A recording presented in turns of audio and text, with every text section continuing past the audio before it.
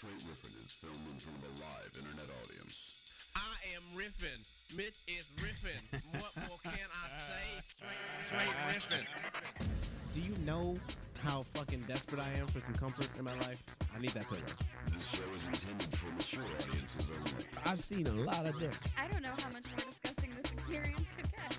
Are you really not having a good time? I'm having a fantastic time. I just can't believe how disgusting you are. I kept yelling, I'm not gonna whip my dick out. We talked about that. I'm not gonna do that. Featuring your host, Mitch Marzoni. I don't walk around going like, hey, I'm really weird. Look at me, I'm weird. As far as I'm concerned, I'm perfectly normal. It's a litmus test for freaky. And Teddy Tutson. I'm a hate mercenary. Yeah. All right. Hate mercenary. Hater for hire. Hater for hire. I should put on video guys. There are two victimless crimes, all right? One, jerking off when your window's open. Two, necrophilia. I am confessing to a large-scale crime. Okay, all right. Right now. Legs akimbo, engaged in sexual discourse. Come on, man. What kind of guest are you? It's archived for posterity. Great internet. So it'll come back to haunt you every day. Yikes. It's time to riff. Oh, that is right, bitches and motherfuckers. It is December 17th, 2012, and it's time to riff the fuck on. I'm your host, Reverend Mitch, confused by why my headphones only have one side working. Oh, there we go. I've been there. Yeah. Jesus, where was I? Oh, episode 92, our last live episode of 2012. We made it, bitches. Where you at, Mayans? Where you at? With me, as always, I hope I introduced myself. I'm not going to do it again. Is my co-host, Mr.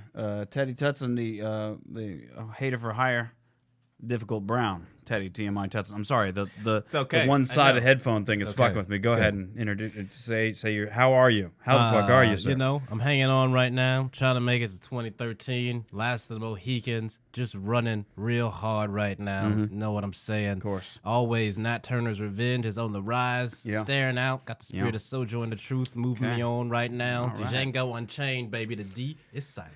All right. And our guest this evening, Mr. Yasser Lester. How the fuck are you, sir? I mean, I can't follow that. Number one, okay. Like you should have introduced. I'm also a reverend. I feel like that should be. Well, you had to. I'm sorry, you had to tell me this. Number, you guys didn't even ask my credits. All right. I don't know, bro. We did our What do you real do? thorough background check. Reverend Yasser Lester. There, See, better? I like that. Yeah, Where you- absolutely. And where then you posted you had that whole thing with the Django Unchained and the Nat yeah, Turner, and then it was just like What's up? nothing. Like, I don't. You know, A lot of stuff happening right now. We've got guys. to give you a bar to jump. Where- Otherwise, Yeah, Where- clearly. Where did you get your pastoral credentials, if you will? Where did you your become a reverendship. I got them from a website, Universal Life Church. There you go, the Boom. ULC. Boom, 2/3 of And this room. there was two options. There was the free option where you Right, just right. literally typed in your name and like your phone number, and then there was a second option where they were like, if you give us $10, you get like a very special like certificate. And I was like, I don't need that. I'll just be a reverend. Look, I just need the credentials. Wait, is You that an understand? e-cigarette or is that the? Yeah. Oh, I can I just- puff it? Which one? What flavor is sure. it? It's Malibu menthol. Oh, because I usually, if you had torque, I usually go with torque. Torque. From the same people, I think. Halo does make a Yeah. torque. Yeah. No, I use Malibu menthol. It's, Yeah. it's pretty good. Nice. It's my personal favorite. My I mine freak just out a little bit ran when out. I Look at run out that. of The it. two reverends in the room are both sinners of the e-cigarette variety. E-cigarettes are. That's my shit. They Damn, are. They're motherfucker. the besides iPads and the internet and like light up shoes. Is that it? E-cigarettes, I'm like, this is the future. Every All single right, time yeah. I smoke one, I'm like, this is exactly what. Or do you have Blade Runner your was. own? Yeah. This is what Blade Runner was. I feel about. I do feel very futuristic Right? using it. I'm with you. I'm with you. I will say this though: the most annoying thing is I need them to be more commonplace so I can just fucking smoke and not be bothered. Well, You know what I'm saying? dude. People come up to you and they have This is 1,000 what you questions. Like, get listen, when I'm you're a not trailblazer, fucking- Mitch. Right. I'm not a fucking spokesperson. All right, When I'm a you dude are that a smoked for 20 fucking you years. and Steven Dorff are pioneers. Which, by right the way, now. he he bit off of us because like Yeah, right. That 'cause dude, and that it's so, dude like- bit so hard with those commercials where he just out by the sea with a finally. that's what yeah. It's time to take our country back. I'm like, It's hold on like, a second. what- I don't yeah. think about talking about e-cigarettes anymore. Yeah, no, Yeah. no. It was Yeah. very much Clint Eastwood's like Ford commercial. was like- America yeah. at halftime. Guess what? But, yeah. It's halftime in my throat. Well, that's often Nicotine's the thing. about to get a That's second often half the thing wall. with most like technology is when it first kind of starts out and when it's sort of nascent, if you will. There's usually a company that does a really shitty job, but they have the most advertising. Right. money. Yeah. AOL when the internet was Yeah. around. Like I Hey, didn't know when I hey, first started using. Are you talking shit on the business plan that's sitting like 3 billion discs around the Yeah, country? yeah. Because I remember, That's a smart like plan. when I first got online, I remember I was using the AOL, the dial-up, and everything, and I went to a friend of 10,000 mine's free house. hours, B? I went to a friend of mine's house, and that's just it. There's no hours. Yeah. That. That's the thing that fucked me up because I went to a friend's house There and was I was hours. like, There used to be the "Where's count- your?" there used to be a I was count like, on the "Where thing." is your AOL Didn't they? icon?" He's like, "No, you just open Netscape Navigator and you're Yeah. online." And I was like, "But how do you get on the internet?" And he's like, That's it. "You're on the Yeah. internet." And I was like, "Whoa." I mean, it was still a dial-up, but they had a separate line No, for it, but I mean so they that's just kept your, it dialed yeah, up. that's just Yeah. the company providing the You're- info yeah. for you. But I remember But like AOL was like this walled thing where it was like you're Yeah. using this Well, program, you had which this was really like it's safe. You had it's this not safe, the internet. No. You know what It I was mean? a safe. It was Yeah. almost like so blue e-cigs are basically they're the that AOL of Yes. e-cigs. blue, Yes. blue e-cigs or the AOL of e-cigs. Yeah. Is that what's going on? Because they're really shitty. They're terribly overpriced. And they get you into the mindset, as I found many people who smoke blues like exclusively, they think in cartridges. Yeah. They're like, well, I go through about 2 cartridges a day. And they're like, how many do you go through? And I was like, I don't do cartridges. I use fluid. I'm not a slave. Yeah. We I use fucking pour the juice. juice in. Yeah. I get them in 30 milliliters at a time. Yeah. How much do you pay for Cardos? It's like the translation between the two doesn't even work out really because Yeah. you're like, well, I don't know what I would pay for Cardos because I don't buy those anymore. Yeah. Well, it's I would just- probably go through 3 a day the way I yeah. see it. But Well, like, with AOL though and the internet back then, I feel like it was less about like kind of what you're saying, but more in the sense that you got this very protected, shielded off version of the internet Exactly. that you could, it was perfect for you like could pass if you down want to families and stuff. If you had multiple kids or whatever, you know what I'm saying? It was perfect for like corporate, if they could Corporate or- control your whole Yeah. thing because they're like, we know what ads you're seeing when you're seeing them, we know Yeah. what websites you visit as you visit them, and it was like they it's- used their search it's engine. very The similar- entire thing was them. It's feel like, like- to think about it now is just insane because you're like nobody would put up I with that. feel like it I was don't know. like M. Night Shyamalan's The Village. Do you know what I mean? Very Where you very much just- so. Yes. Where you're like, It was wait the a minute. village of the internet. What Yeah. you mean? There's a whole other internet outside this internet. Yeah. Well, there's 2 things I remember. Number 1, I remember even younger being on it and being like, "This looks like a coloring book." Like I remember it Yeah, feeling it does safe. look. Yeah, I It remember felt that. Yeah. safe. Yeah. But then number 2, I also remember when Net Zero started charging people $9.99, and one of my friends was like, "God, we're gonna have to get rid of Net Zero because it's gonna be like $10 now." And I was like, I remember when Yeah, Net but you Zero was should've- just email. "Yeah," I was like, That "You was the should've whole just purpose of not- Net Zero. Yeah, you Was should for have never email. paid for it to begin. Yeah. It's in the name. Like it's literally what. Yeah. I'm just. yeah. I get All very I'm frustrated. saying, what you pay for that free internet service? About $6.99. Well, Isn't see, it that called was- free internet service? That was the thing with the AOL situation is they'd say X amount of hours per month. When looking back, and even at the time, like I said, my friends were on an ISP, and I was like, I got to get on that. And I went to my mom and was like, listen, we got to cancel the AOL thing and just go with, Right, yeah. Earthlink or something. yeah, 'Cause it yeah. was- because the thing is, there was no like hours. Like, why am I paying No, an there was, IS?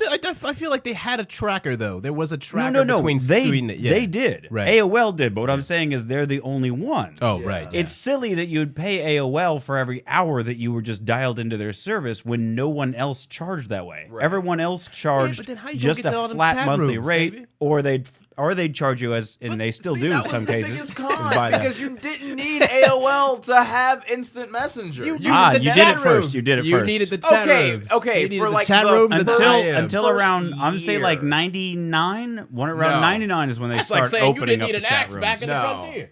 Chat here. The instant messenger as a standalone application, maybe 98, 99. Unless you were, like, Say- fucking around with so Trillian say, or I had something. it on my gateway computer, Right. in middle school. So I was like, it must have been my 8th grade. So it would have been like 97, 98. Right. Okay. So Yeah. that's when it was like standalone. Yeah. Did the old At gateway first, though, plan, it didn't did ya? used to Yeah, be. It was, mom got a gateway. The Costa made box. Remember? Yeah. Oh God, With the remember cow that? box? The Dude, cow you're not box? getting a Dell. sorry. Yeah, no, you're Yeah. good. You're good. Yeah, no, I remember the cow box. Whenever like I had a friend that got a gateway, and I was like, you see the cow box, you're like, oh yeah, splurging. All right, yeah, big shit. Nah. Excuse me while I type on my Renaissance computer. Well, like it was just like it was just the biggest con. I mean, I guess it's just like anything else where you just sell someone on the packaging, but they're like, this is homegrown, and that's Right? why it's you a get to cow. customize everything that's in the box. That's why it's a cow. And they're like, oh my god, this really is America. But it was still a bunch of Chinese kids building Yeah, a dude. computer. well, it's Definitely. like Tesla sells an electric car. They sell it in every one of their configurations. They sell 2, sometimes 3 models. Right. And it's the speed or the amount of capacity in the battery. And then if you have like the highest end, sort of premium version one, they also allow you to use these super fast charging stations where if you don't pay as much, you don't get to Right, use yeah. those. And I'm going like, that's one of those things in not very long. In First just of a all- few Yeah. years, they'll all just be Right, that one. Yeah, absolutely. But right now, you got to play. Well, you got to set up some tiers. You know what I mean? Yeah. You can't just be generous and shit to people like you give a fuck about Come them. on now. You know what I mean? What kind, Right. what kind of way is that to run I a will business? say, a 7-seat sedan is pretty impressive because that shit they is built not a it. sedan anymore. They dude. built it up from the ground up, Not a sedan, and that was son. their whole thing. That's was a like, boat wagon. If you start out like if you don't try to make a car electric, you make an electric car. You know what I mean? Right. That was their whole thing. Was like we're gonna start from the ground up, saying like this is an electric car. So the entire front end is basically just an impact zone. There's like just battery. No, I action. mean, I And worked then- next. So they got the 2 front seats, and then they got 3 back seats, and then they put like 2 other sort of facing seats because you I can. never saw any you of can those push models, the but I Model did. S. It's pretty I impressive. did. I was It's a work. nice I little worked car. for a while next Or maybe to it's 6-seater. the I'll have to look it Tesla up, but go ahead. store. That's here in town, Santa Monica kind of West one? LA. The one that's on the way, on Santa Monica. Yes, I was. In Sepulveda. I was right next to them, so it was always interesting to see who would come over and check out the various Teslas and stuff. I mean, then they're they would- gorgeous fucking They cars. would throw, and they would always have them in the window or whatever, and I'd be like, they definitely seem like very nice cars, very inconsiderate in terms of their neighbor's space. From a real estate perspective, y'all motherfuckers are very trifling. Tesla, y'all need to ask permission before y'all throw a block party next time, okay? Nah, they don't care. They don't care. They don't care about you at all. No, they don't. They don't. You're right. Wait, let me see that back seat again. There's a lot of seats in that back seat, dude. Yeah, there's 3 easily right there, but then they fit 2. You know what? Two If- more behind it. Hold on, I'll find it if I doesn't can. even Because make they were like, sense, just dude. because we will. Like Doesn't it's even make sense, dude. This is yeah. the, See, no, 5 adults plus 2 children is what Yeah. they call it. They So essentially built- basically, behind those 3 seats you saw, there's just extra space back here, almost like a that's hatchback. for refugees, bro. Well, no, they essentially- that's what that is for. They essentially Plus 2 built- immigrants. They essentially built that Lexus from Minority Report. Yeah. You know, that's it. It Yeah, just needs to basically. drive sideways at this point. Essentially, Like, yeah, they just need to hit a fucking ramp and Yeah. have a retina scanner hit you off going to the Gap. I mean, that's. Waiting for that. I just.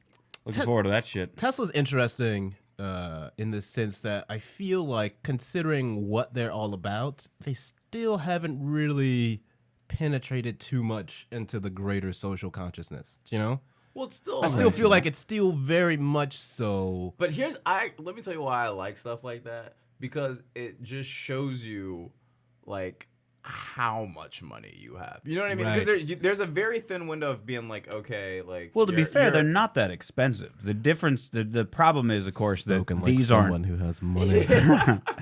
No, I mean really, it's like a standard. It's like a BMW 5 Series, give or take. What? Did Or you like hear that? How a much? Wait, no, scale. no, no. How much does a Tesla cost? Now I want to know. It's, I've always it's thought they like were like it's like $150,000. no, Really? not at all. You're talking about like like the fucking Roadster. yeah. The Roadster is about 95, I think. Okay. The Model S is in the 50s and 60s. What?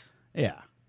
But you'd have to reserve it. I don't You know mean if to tell me I just spent all of my money on a Hyundai Accent, and I could have gotten a Tesla? now do you And I go would on have road? saved with my at work. Do you go on? $50,000? Do you go on road trips? But you have to reserve one, right? You have to Yeah, reserve yeah, one. but You can't there's- just buy one. See, that's where they get you because you think that oh yeah, hey, that's for me. Yeah. Tesla. How much money do you have on your person now? Like $350. Well, we could make an exception, I guess, for $3,000. No, I got like $3 and and 2 quarters. Okay, so the 85, the 85 kilowatt, the super high end version is 92 apparently. Okay, see, you talking crazy. 40, Yeah, kilowatt. Yeah, 57. Oh, you get the old poor version that is Okay. gonna fuck it. You gonna make it to I one. said they started a 5 Series. The 5 Series is about 57. How many kilowatt? I'm probably not gonna be able to drive down into my driveway to check my mail, am I? Come on now, you stingy bastards. I love that they have like the money down 15,000. If you just have like 15,000 to put down on a car, Yeah, you're gonna not That's gonna for you. you're not That's gonna for you, wait yo. for a year for Yeah. a Tesla That's Model for S you, to Yasser. just show up. You fucking look at the website with your chains on and shit. And You're like, furthermore, oh, you live in an apartment, yeah? Yes. Okay, well, you're Shantytown. fucked because Yeah. you can't plug it in anywhere. Yeah. So sure you can. it doesn't apply to you Okay, anyway, here's- motherfucker. Okay, where do you? Okay, so let's say You basically let's fail say- all of the standards. Wait, I have a house, right? Let's say I have a house. Suppose you have a house. And Let's entertain this hypothetical. Yeah. Yeah. Let's say. So I got a house and 15,000 to put yeah, down let's and a say- year to wait for my Tesla. I got a permanent Alright. residence. Let's Right. say I'll own something Yeah. I never will, Right. and I'll have amount of money You don't that I'll have- never have. Yeah. That's not that much, but I all right, know. let's go. Let's go. I mean, at once. For hypothetical, I'll Yasser, have- that's a lot Okay. of money. All right. I've yeah, made I'm with you. It's fair. $15,000 in like Let's- the past let's 7 say years. It's happened for me. But Okay. Well, no, congratulations thank on you that so milestone. much. Yeah. You know, it's not a big deal to me. Your down payment on I've made $17,000 or $17 1,000 Damn, times. son. So There you go. See? Just drop this. okay, so Next now- time you do that, put it down on a Tesla Model S. yes, I'll just The first wait. 5,000 just to hold on to yeah, it, just to yeah. tell them you're thinking about it. Can y'all forward all of my paychecks for the first half of the year to the Tesla You're right, company? yeah. I wonder if you could you?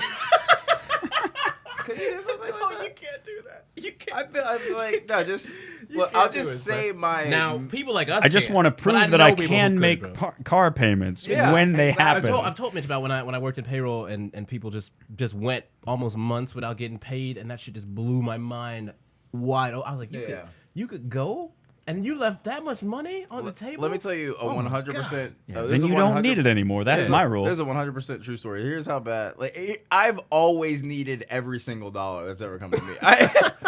I worked at McDonald's from 13 to 17, and one time they messed up payroll, so we didn't get paid for those 2 weeks, and then on the next cycle they were going to pay us. So the second cycle comes around, and you know everyone's like, "Hey, can we get our checks?" And like, they actually don't come until tomorrow. It's one more day. Sorry, blah blah blah. So I was like, "Oh, okay, cool." And then I swear to God, I did this. They were like, "Okay, can you go mop out front?" And I was like, "Yeah, absolutely." So I filled up the mop bucket.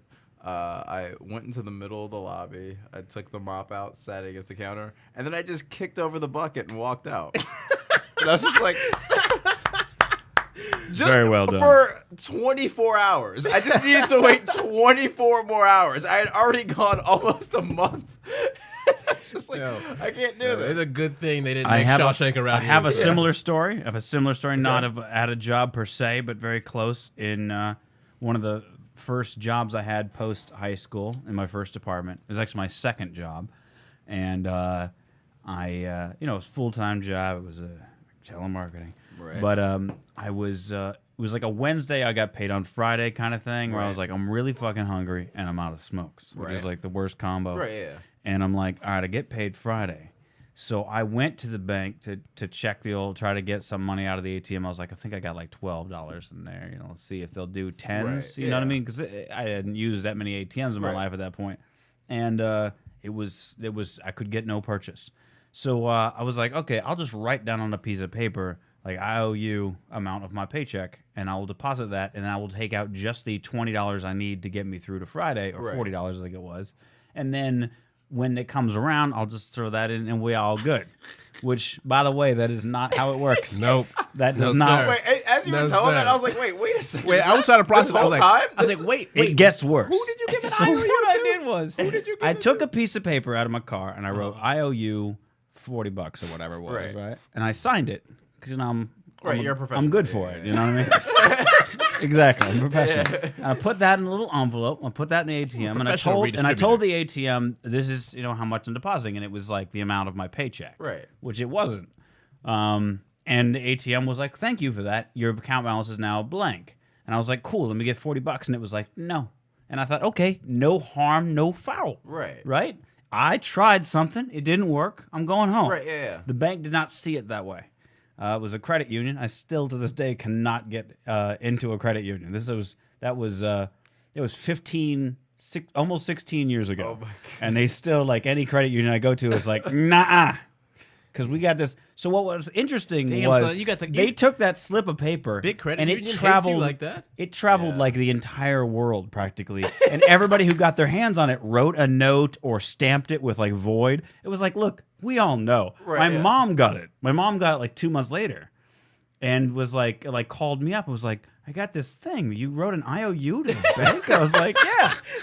So she showed it to me when I went out to visit her like that year, and it was hilarious how many void, not valid, don't process, not a deposit, not a valid deposit, and then just little notes like different numbers and shit were just all over this thing. Like people saw it and had to like make a note on it that they had seen. I'm it. sure if you had been in a bank at that time. Someone in that branch, like in anybody who worked with that bank over the course of like a year or several months, probably to this day, remember, like, will tell somebody. That's what like, I'm saying, son. Let me Everyone tell had to you get something I saw When once. old man, Everybody. I bet you I could do a I still fucking remember his solid, name. I could do a solid 60-minute documentary, Netflix release, about the IOU went round the world. it would be like that website. Where's George? Yeah, it is. Exactly. You're just people just angrily. Yeah, no, right. Yeah, all That's these not how different- banks work. Yeah, right. That's what I'm saying. Everybody Do you who was see a how fucking banker had do to you get see their how hand it's in no on that harm, shit, no son. foul? Though I mean, No. I didn't do No, anything son, wrong that's all the fouls. no, dude. because all nothing the foul. happened. I didn't get anything out of it. Do you know what do you see what banks do to people who just try to get their own money out, son? Let alone a motherfucker who has the audacity to say I owe you. Yeah, like I was being good for it. You Like are I owe lucky- you. You're lucky I you signed pulled that it. shit off back in the day, son. Lloyd Blankfein would have you dead right now, B. Just saying. Jamie DeMond would have your house burned to the ground. You'd have Bushka disappeared somewhere into a landfill. Son. Oh, my cat. You think Jamie DeMond's gonna tolerate motherfuckers putting IOUs in his deposit slips? Again, It's just at diamond, least I put though. my name on Is it. it Diamond? It's just diamond. I like to call him DeMond. I like to call him DeMond. I only know that because I watched Too Big to Fail and Inside Job. Is it Diamond? Yeah, I always it's thought it was Diamond. DeMond. Well, no, the only reason I remember specifically thinking or focusing on his name so much, I was like, man, this nigga is so rich and his last name is Diamond. You were Have you ever literally- seen inside in like the fucking portraits in his house? And I'm like, Yeah. I can't wait to rip that shit off the Yeah. wall. Yeah, I Oh, cannot God. wait. Can't wait to fucking. You mean when Gotham falls apart? Yeah, exactly. I can't Yeah. wait for the Bane Batman goes into montage. prison. Yeah, I mean, he's literally like, when I see him, he literally looks like the personification of like opulence. You know what I mean? Like he's kind of chubby, like his His face looks like someone who has earned everything and deserves none of it. Yeah, He looks the epitome of that. Yeah. In the face. Now that I know his actual name. Diamond, Jamie Diamond. If I call him Damon, though, it makes him seem like No. somewhat of an illegitimate But see, African. black dudes Jamie do that. Here, Diamond? no, Yeah. we gotta Jamie talk Dimon. about this. JP, 'cause- CEO of JP Morgan. yeah, Jamie 'cause- Diamond? Yeah. Yeah, Jamie Diamond. Damn. without the D at the end. What a smug bastard. But See it, black see it. black Oh, dudes. Diamond. Yeah, they always change. They always make the names like Wait, a little more Dimon. Yeah. Dimon. It's Diamond. Diamond. You call him Dimon? Yeah. Yeah, that makes sense. That's probably how it'd be pronounced in French. But it's Diamond. I'm getting my Robespierre on, motherfucker. Diamond. I think he wants to be called Diamond. Oh, Yeah. maybe. You know what I'm saying? But I used to- Dimon. So me and He my wants to cousin, sound Jewish. I know what's up. John Valjean will live again. me and my cousin Walt used to work at a steakhouse in Georgia, and we were both servers. And there was another black dude that worked with us named Devin, and my cousin is like I'm like kind of hood, but like not really. Like I just grew up poor. There's a big difference between like being poor and you hood. probably and just poor. you and I have a similar probably Yeah. hood index on the spectrum. Do you know what I mean? Well, like we had a lot of cousins who were much more hood than us. Yeah. And we were probably were you the tech cousin? You know what I No, mean? You were the tech Here's cousin? my thing. We all were really poor. We all lived in the same neighborhood. I was the hood and, cousin. Like, you were the, yeah. That's kind of I was the hood cousin. Oh I'm just look. Oh I was in Phoenix. My other cousins all lived in like Northern California, like in like Silicon Valley and shit. Like they're all like up in the rich. So I would have been the hood cousin because I was running around like robbing houses and like stealing shit in the stores. You know what I'm saying? So all right, the thing is, like, I feel blacker than ever right now. Not Still ain't gonna usually. get a Awesome. newsletter, though. You still ain't Word. gonna get a newsletter. See, like, all my like, okay, here's the problem. Like, I could never. I know something about being black. I could like never equal the hoodness of my family because like I just like I would steal and all that crap. But then like my cousin had both of his knees shot out. Like I'll never beat that. You know? That's fair. And you don't want to. And you don't want to. Bro, You don't want to. you think it's a game? You think it's a game? I got no patellas. It'd be like, oh, all right, okay, then. then you win. All right. Yeah, you're more other than me. It's over. But one of got my this. Whoever has the most patellas. wins. Oh, look at you. Look at you with your bending ass self. You ain't gangster. You don't know nothing about the But, streets. You know the sad part is that cousin Can't who be had in the his, industry. It's who still had his walks now. who had his kneecap shot out. That same cousin stole $80 from me 3 weeks before, and when I found out, I was like, good. Oh, you. And I was like, wait, You're hood. I'm so hood. I just equated my cousin never walking again with $80, and I was like, maybe I am. I bet hood. you didn't. Maybe I am. You were a little bit. Damn. Maybe I am just a little bit hood. Do you get hood wings when that happens? I mean, do you do. get like a little You lapel get, thing? yeah, you get, and then you get shaped like a bullet. Your mean get- mug gets a little you get, bit meaner. You get your first girlfriend's name tattooed on Yeah. your back in cholo cursive, Yeah. and then wings coming off Yeah, it like right. Ja Rule. Yeah. Second time, you might get it on your neck. It disappears Yeah. overnight. You know what I mean? You're like, who is this? I've never even met this girl before. And then she just like shows up at your door. She's like, I heard about you. Yeah. So I have your I'm tattoo on my Chanel. ass. And Yeah. you're like, oh shit, Yeah, I guess we meant to be together for Look at at my least a ankle. week. Look at my ankle. Yeah, It's yeah. usually about the ankle. Yeah. It's And the other thing, gotcha. people think people from the hood have a bunch of tattoos and they're just birthmarks. Yeah. They're just hood birthmarks. I'm looking for Sharonda. Yeah. I don't know my God. either, but I've known you my whole life. And then they show their forearm. That's stupid. Okay, anyway. If you meet forearms, do they that'd be spell so- something together that'd be like so Transformers, like they amazing, come though. together? And, I would love to live or in no, like Voltron rather. There's a parallel universe where there's a hood somewhere where people just like get names just on them appearing. They're just looking around for them in the hood all day. Oh, yeah. That'd be a beautiful It's ABC evolution. Family story. If I can make this I bet story, Brandy started if I can make this story really white, I named my cat before I got him. Oh yeah, I went looking for a cat that I could call Bushka. So that's You are kinda hood, sort Mitch. of. That's sort Okay, of wait, the no, same okay, thing. no. Okay, wait, no. Okay. We got to get I'm into sort of this. gonna pretend it's like totally the same thing. Okay. I'm Okay. so hood. Bushka, right? Yeah, yeah. Okay, so Yeah. number one, where's the name come from? A dream, not Russia.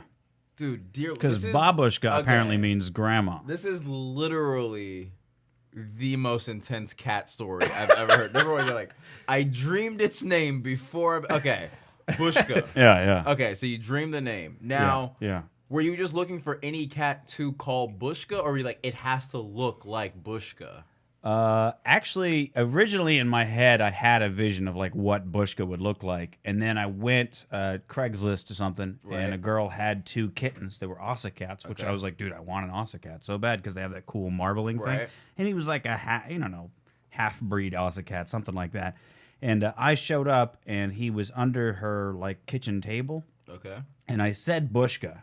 And he ran across the floor and crawled up my leg and all the way to my chest. You know, kittens, they just Right, yeah. death claws. And I went like this to like pull him off, and he just let go. And I was like, that's my Bushka. I'm good. Like That was it. I'm good. 12 years later, he's still kicking it, you know. So we're all right, you know. Dude, why didn't you like dream about like I know something better. mansion? Yeah. I do, but they don't just come to me. Yeah, I don't do get you to think just that walk he out and go, hasn't been that's running my this mansion. operation all day? Yeah, No, yeah. dude, I would. If Every day, that, son. I'm not even kidding. If that happened to me, if your story just happened to me, I would seriously just take pills all day and just be sleeping and be like, please imagine $40,000 just Like, on my doorstep. Hey, I see. Yeah, I said, well, oh, you know, he got that new ambient supply. He's No, just, man, he's I just love been dreaming. I love dreaming for that reason, man. Like, weirdest shit happens in my dreams. Almost none of it comes true. But every once in a while, I have weird ones.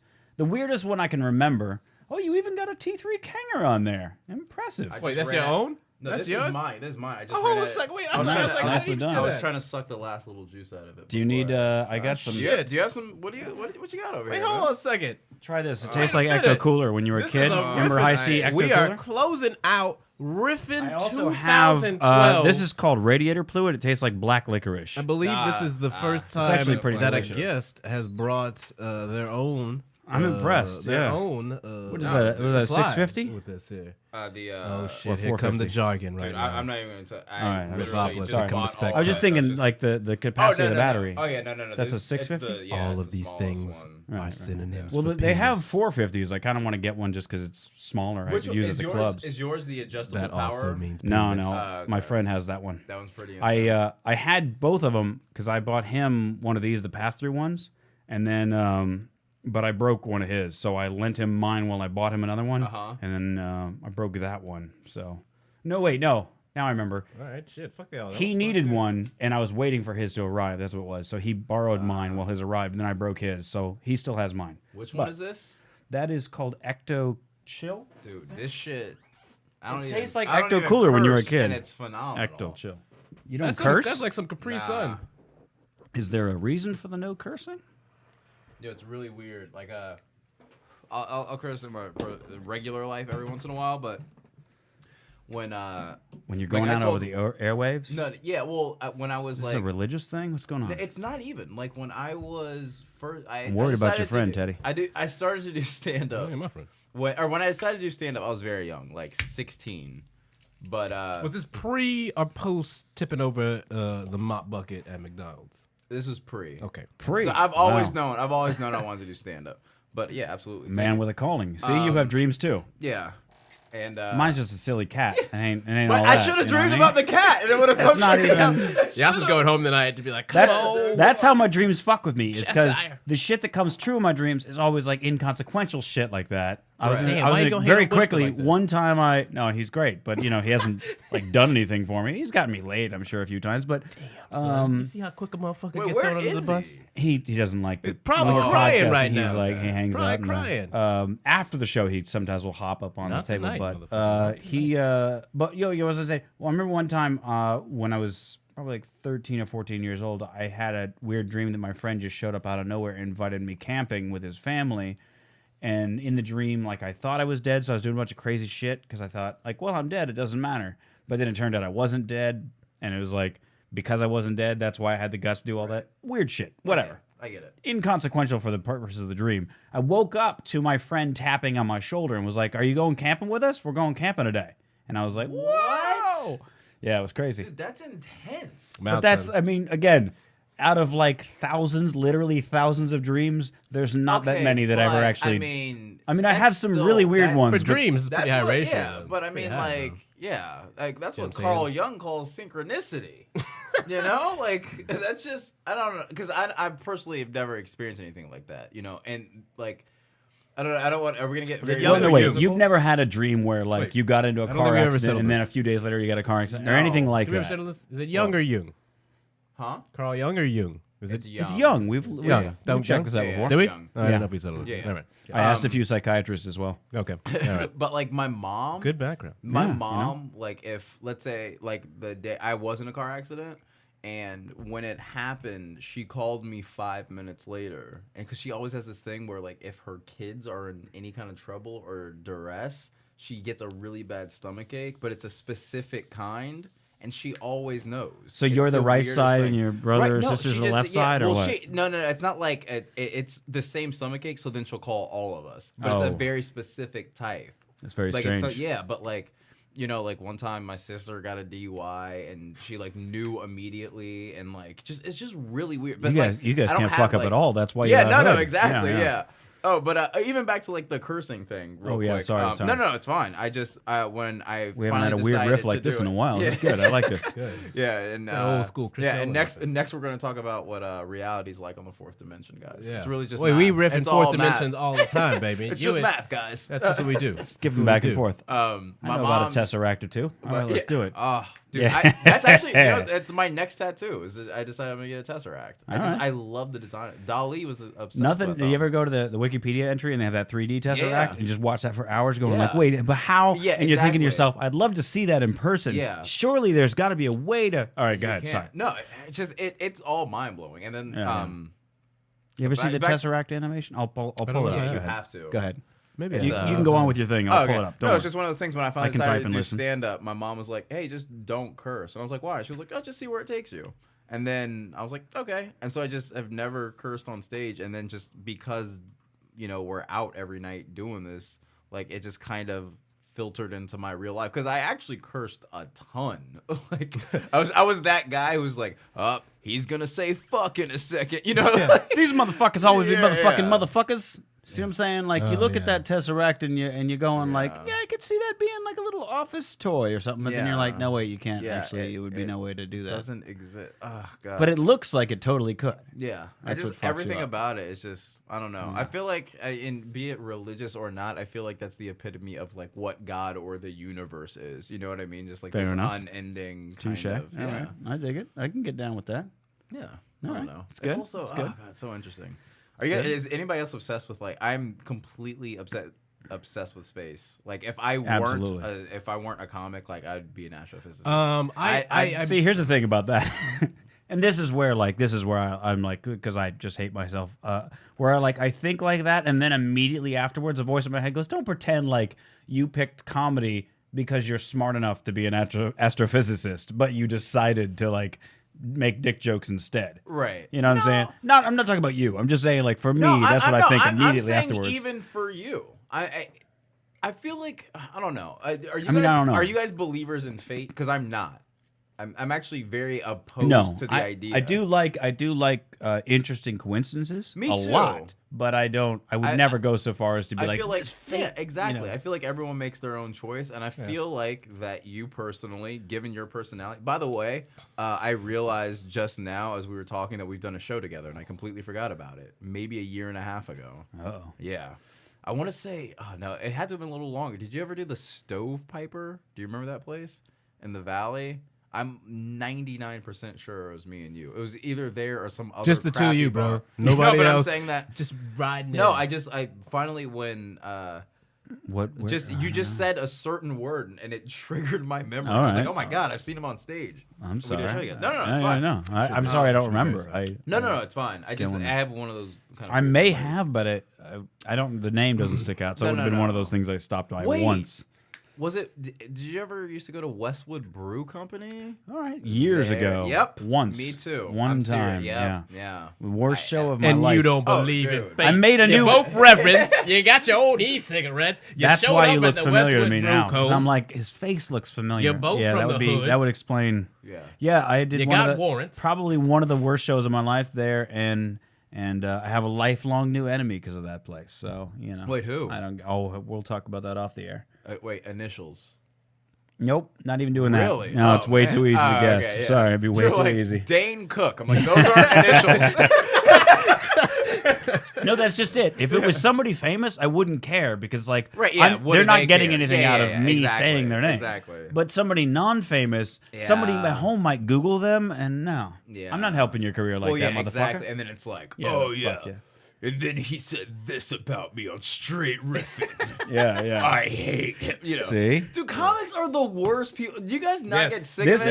is this is one of those things. I will only take a Absolutely. grudge on personal levels. Absolutely. If it Yeah. was like a friend told me, I'd be like, well, that's your grudge. Mm-hmm. I'll let that be your grudge. And if I glad hear you brought another that up. story, I'll be like, it's funny. I heard somebody else tell a similar story. yeah, yeah. That I'm about the glad, internet. Yeah. I'm glad you mentioned that because I wanted to once you were on here ask you about the Chris Rock interview in Vanity Fair. And Judd Apatow gets the comedy. He's the third person who ever gets to guest edit Vanity Right. Fair. Does a comedy issue. Does this interview with Chris Rock back in September, an email interview. First question from Apatow is, do you think comics are better today than the Saw comics that that. you grew Saw up that. with? Yeah. And Chris Rock's answer was hell fucking no. Yeah. And made a very articulate answer. And I don't think it was articulate though. You don't Can think it was that we- articulate? Can we talk about this for a second? Absolutely. Yeah. Okay. You want me to pull it up so I can get the exact thing? Yeah. What he says, they're not better. Do you think people today are better than Carlin or Bill Cosby? And he named all these legends. And I'm like, that's because they're time tested. Number one. Number two, it's almost like picking your favorite Bond. You know what I mean? You're always gonna like the James Bond that you saw first. Always. No one ever saw Pierce Brosnan and then we're like, but Roger Moore is so much better. You know what I mean? Like it's your initial reaction. These are the guys he was raised with. Similar to that is what I talk about when it comes to like Japanese horror films, oddly enough, because I find that people are very divided on, when they remake them for American audiences, people are very divided. And I found that it almost seems like it's the one you saw first. Right. For instance, like The Ring, I saw the American version first. Yeah. Hated the Japanese version. Ringo is terrible, Yeah. in my opinion. But which one did you see first? I saw The Ring first. Did I? Yeah, And- exactly. but the Grudge, the Saw American Japanese version, one? Yeah. version sucked. Saw the Yeah. Japanese version first as well. Phenomenal. One Missed Call also saw that Yeah. first.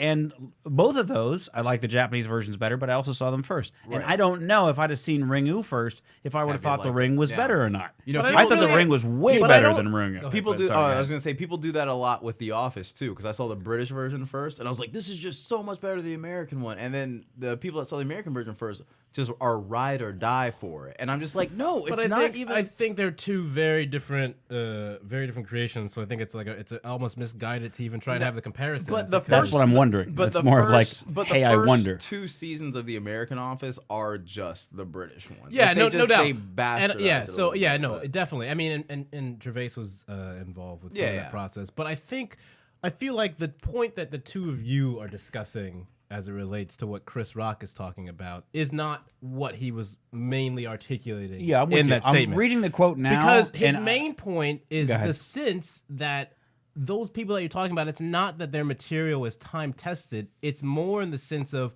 what they had to do and who they had to entertain to reach the status that they did. Right. And so his main point is the sense that you've got these very selective audiences that can sort of hold up people as their champions, but those people can't cross realms in a sense. Okay. And I agree with that Okay, assessment. but here let's Yeah, yeah. let's deconstruct. I'll that give for a you second. real quick his Okay, the actual quote, just yeah, so yeah. we can have Yeah, it yeah. on. What we have now is black comics that only work with black crowds, gay comics that only do gay crowds, and southern comics that only work down south, and so on with Asian, Latino, Indian, midgets, etc. The previous generation's comics were better because they had to make everybody laugh. Richard Pryor could do the Ed Sullivan Show and play the Apollo. Seinfeld can work any crowd. Ellen can work any crowd. Lopez can work any crowd, and a few more, but the rest of them are just situational comics. So Okay, now that was with that being said, number one, we have the opportunities to play to those specifics, if that makes sense. Comedy is still a fairly new thing, not in his day No, I or understand what you're DeGeneres' saying. day, but you know what I mean. Like Bill Cosby, like We're that getting was like the comedy. only. Once you have nerds in a thing, then Yeah, it's you know, like exactly. you've got people that are like, I'll only listen to these 5 different Right. comics because they're this style. And like once you have styles, I don't feel like I think maybe his point that he's not realizing is that you didn't have styles of comedy back then. Right. You know, you just had comics. Right. It wasn't like, I mean, there was styles, but you wouldn't go like, Which I'm- I can certainly. I'm only gonna listen to Richard Pryor and I think I can you know. appreciate that too. I can appreciate that, and I think that certainly speaks to the growth of the craft that you can have styles, segments, Yeah. genres, Right. so what have That's you. good. But there is something to be said absolutely, sure. for the fact that what a comedian represents in human society and human culture, and if you look at all the quotes on record about what it is that makes a comedian, it's the ability to sort of sympathize and empathize and relate with people across spectrums and encounter them. And they could be total strangers from a totally different segment that you have, and yet you can find some way to relate and speak to the larger human condition. And I feel like that is substantially lacking. though. Okay, but me get a that soda. being said, Thank you, sir. now from personal experience, I know for a fact that Chris Rock, when he is in LA, frequents a show at the Comedy Store called Trippin' on Tuesday, which is a very popular, quote unquote black urban show, right? So when you go to that every week, when you are here and you're like, oh, these are black people playing the black crowd, it's like, but you're going to that show. Number one. Number two, it's a two-sided coin because we have specialized shows, bookers, and I'll use myself as an example. Bookers now will be like, well, that dude does Trippin' on Tuesday, so why would he come do a regular Wednesday spot when he's killing every Trippin' on Tuesday, you know, or those comics feel like maybe they can't jump out of it, but it's very much everybody else. You know what I mean? Like, it's the comic. The comic has to make the decision. Like, Right. I want to be able to play to everybody. Like, me personally, I feel like there's nothing worse than going up somewhere and having to worry about your material. Be like, is this gonna work for these people? It should never be that. You should be like, either I'm gonna make them laugh or I'm not, but it should always be on me. Right. It And I shouldn't be. yeah. No, and I think the inverse of what you're saying is less of like I'm worried about my material and more in the sense that if you were of an era Do where you need that refilled? What's up? You know what Oh, that this is you. refill? No, I was just gonna give it back to you. I was gonna say I thank can you. refill it. if It's fine. I have you plenty. you were of an era where your choices were, and I mean to this day kind of, let's be honest, still are on the old Chitlin circuit forever. Right, yeah. Do you know what I mean? With no real sort of broad claim. Or if you somehow had the ability to sort of go back and forth between that and another different one because you didn't have to worry about your material because it was that strong. And I kind of feel like what he's speaking to is the sense of like when you have certain styles now and you have certain genres and you have people who really sort of limit their creative focus to appeasing and relating to audiences of that genre and style, then you kind of lose sight about what it is to be a comedian, which is to go into a room with this disparate collection of strangers. Sure. And to then make everyone comfortable with the uncomfortable in an increasing fashion throughout. That's the challenge of the craft, fundamentally.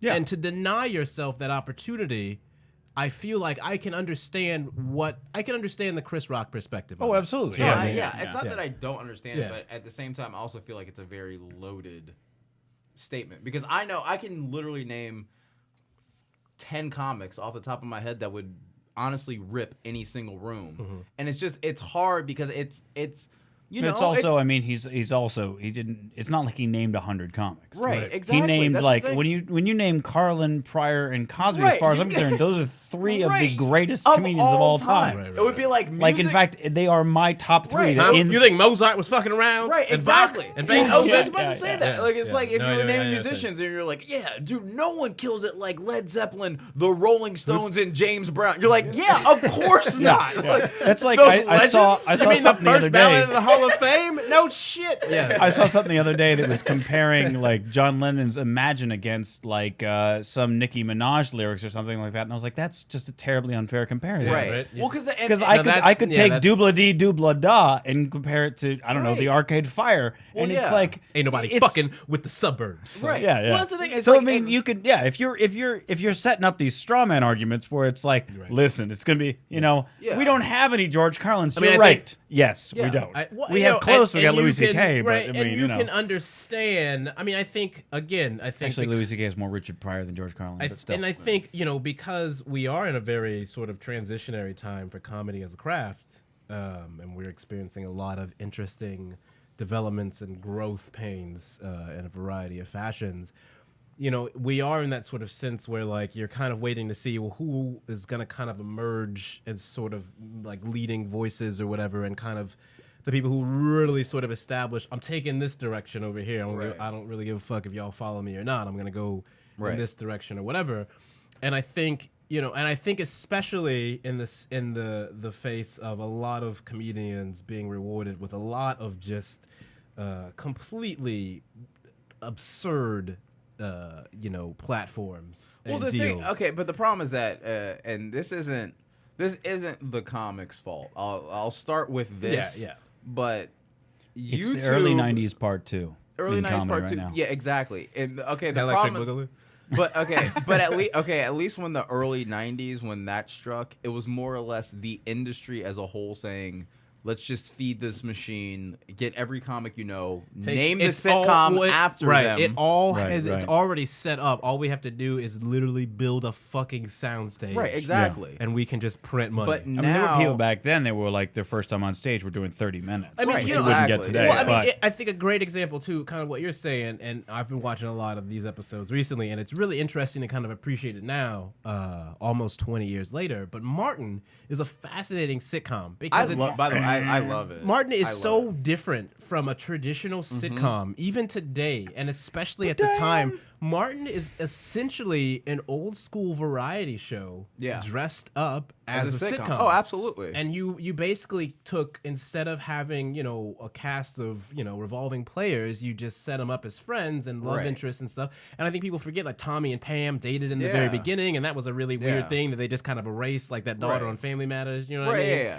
But Martin is so fantastic as just, like his stand-up wasn't the see if that's on strongest. Netflix. Some of his movies are kind of, you're just like, Black Knight is really weird. Right. But like Martin was the perfect venue and showcase for his comedic talents. And just the way those characters get introduced, it's fucking brilliant. Well, man. every scene It on that show. stands- yeah. I was, it's funny, I was having this conversation like last week or so because it's like you said, it's a sketch show strung together. Like, Bruh Man from the Fifth Flow is I watched a that. sketch. I saw that they just keep bringing. I back. saw the first one again the other day with the first Bruh Man from the Fifth Floor when they had the fight night. Yeah, were you And crying? he takes off his shoe or whatever, and like you're like, oh my god. And the one thing that I really appreciate about the Martin sitcom that you can see the variety show aspect is in how it really just constantly engages the fourth wall. Right. And then you can see extras laughing. Right, yeah. You can see cast members who are barely keeping it together. Right. You just see Martin doing the most exaggerated possible mannerisms. I think there's that one episode where the repairman comes to fix the AC when Gina's out of town and he's under the bed and he just the scene ends and then he literally just starts beating him up against the wall and the guy he's like 5 inches away from punching him and the guy is just losing it and his shoes come off and it's clearly a farce. But that is when the live studio audience actually meant something because you knew if you got tickets to see Martin, what made the air wasn't anywhere close to the number of takes that you were going to see for them putting those sketches together. And that is when the industry got it right one time. You know what I mean? That is a good example of finding someone, seeing what their talent is, and saying, we're going to build around it. But see, to be like, I think that was, and I don't think he gets enough credit, Martin, because I honestly think, regardless of how you feel Especially about after his stand-up, breakdown. but that, like, I mean, and here's the problem. There's another thing I've been talking about because, like, now you have a lot of quote unquote urban comics, black comics, whatever you want to call them, and people. We'll call like, them urban. They're just We'll call them they're urban. like they make fun of them. I like, call oh, them people because I don't see color. right? Yeah. Okay. But like. You get a lot of sound people racist. that Call like them all they Steve. do impressions and they're like, oh, this is my impression of a Def Jam comic, blah blah blah, and it's like, number one, like, okay, when Def Jam really started, when Def Comedy Jam was 3 seasons in, Martin was Tucker. hosting, Chris Tucker, all those dudes, it's like Harry those dudes were Spears. loud and being insane because that was them. Yeah. And so now you're getting people pretending to do that because they think that's what's gonna put them on. Yeah. You know what I mean? I mean, you And- remember I think the most famous Chris Tucker bit from Def Jam was when he's on stage and he looks so mad. Yeah. He's like, I'm so broke. Yeah. Nigga robbed me. He just be practicing. Yeah. You know what I mean? And you're just like, and everyone loses their fucking Yeah. mind, but he is just mad as Yeah. a motherfucker when he gives that bit. Yeah. You can see it on his Serious, face. man, I'm pissed off. Yeah, right. And, Pissed off, man, I'm serious. But I mean, that was Chris Tucker. Yeah, That's Chris Tucker. exactly. He ended up mellowing out a lot Right, over yeah. the years. But when Chris Tucker showed up on Def Jam with a fucking beanie, Yeah, talking about and a being poor, leather vest, right? like, I mean- talking about being poor as a motherfucker. Yeah. That was because that's like the clothes that he had. Exactly, You know. exactly. And he was And, like- angry and yelling because, damn, that was the first time that he really had a chance on a real platform to actually have people give a fuck about what he said. Right, You know? exactly. And it's just coming out with a fury, and that's what comedy is so beautiful and raw about. Yeah. You know what I mean? But oh god, it's just I don't know. Not Martin that doesn't get enough credit at all. Though. No. Martin does yeah. not get appreciated for what it is in the traditional TV spectrum. and especially to come off. I know I specifically, and most importantly, don't give him any credit. So Don't even know who we're no, talking have you heard? about. Have you heard? Who's Mitch? Martin? Mitch, do the. but do damn, it, Gina, do it, do. do it, Mitch. Give it to him. 4:30. Come on now, give it to me. But damn, Gina. Hold on, I got to get the ears going. I love Martin, and especially Now, to be come fair, I watched maybe 2 episodes of that in my life. of Martin. Yeah. And Martin, You need to get your TV One on now. Oh, the I was just best- looking on Netflix, and it's like I gotta send You away. think you gonna from it. find I was like, Martin on fuck. Netflix? I was really hoping. Come on. No, not so No, much. dude, You the think you three- gonna- Turns out Netflix thinks I wouldn't like it at all. Really? Netflix is telling me that I They would wanna- only give it like Yeah, 2 yeah, stars. Yeah. They're like, hey, Netflix is like, well, given Come your on. selections are all white. Do you see all this shit. Frasier and Cheers yeah, in here? Your recommendation Yeah, for yeah, Martin that's, is that's just, what it was. Yeah. Yeah, it's probably all the Frasier and Cheers. And I didn't even rate Frasier. Oh, come on. We know Mitch. I Yeah, honestly, it's Martin, like you would like Martin 2.5 stars worth. Martin, So Fresh Prince of Bel Air. I'm and curious Roseanne, if we. I I'm think are the curious. three You best have sitcoms of the Netflix 90s. on your phone there, Teddy? I I'm curious what they think your stars on Martin I would be. do have some Netflix on my phone. You know what? Mine You are know like, what? oh, Here's a you watched an sitcom. art documentary? You'd hate Martin. Here's a You sitcom white that I motherfucker. think is. I don't know if it's on my phone actually. Yeah, it's not. I took it. off It's the all other good. day. I just Here's a sitcom that I think is substantially underappreciated, not underrated, but underappreciated. Is Grace Under Fire with Grace Butler. Really? I thought that was I thought because she was such a very you different. mean a girl talk like this? You know, I thought like, that, no. I mean, like, I always liked that show because she was like, and I know that her life. Never saw it. I really, because it was a very similar. It wasn't Roseanne, you know what I mean, but it was Right. definitely had resonance with that archetype. Yeah. With a very sort of blue collar, working woman who was just dealing with real shit and not putting up with any bullshit. I think fucking what's his face, maybe Aiden from Sex and the City was on that. I may be making that up completely. I have All no right, idea. Aiden. I know Get how in there bitches- and get some. bitches You know, love Aiden. another underrated sitcom that it was actually just released on DVD and it completely changed my life because I've loved it since I was a kid and could never find it. Dinosaurs. Get a Life with Chris Oh Elliott. yeah. It's See, now this is the thing is like I didn't watch like pretty much to this day I actually can't think of. I mean, only because of Netflix. If You I have watched no concept of how television works. though. I know. You have no Yeah, concept. I know, but I'm He has saying no like idea when I how think about seasons like work. I go on Netflix No, it's and I'm not a like joke. He watching doesn't. sitcoms. No, it's not even a joke. No, it's totally, absolutely fact. Like I because our friend Justin Ruppel talked about Frasier all the time. It was like his favorite yeah. show. I was like, I think I've watched like one episode, so I was like, Yeah. I'll watch it. And then I was like, oh, they have every episode. And then after like 4 seasons of trying to figure out whether I liked it or not, I was like, well, now I got to just watch the Right, whole yeah, fucking yeah. thing. It's become my nightly routine. Right, yeah. Got through all the episodes. I was like, it's decent, And I was like, you know what? I should go back and watch Cheers because I never really bothered to watch Cheers is that. Great. And I watched the first 3 seasons, and I was like, I didn't know there was somebody other than Woody tending bar. Oh, and dude, yeah. it's Nick a Kirstie Alley wasn't. wild. I realize that now, and I'm thinking like, okay, I clearly missed this boat. So like Yeah. when I The think boat about it, there's called not, America? there's Yeah. not a lot of sitcoms really in general that I've ever watched more than a few episodes of. I've never watched a full episode of Saturday Night Live, for instance. Really? I've never watched a full Tonight Show. not Or any of those, I mean, whether it's Carson, Leno, Right. or Letterman, or the other guy. Conan. No, well, there's also Fallon? Ferguson? Conan, also Fallon. Haven't watched. Fallon's great. What's the guy? The Ferguson? accent. Craig Ferguson. Ferguson? Thank Yeah. you.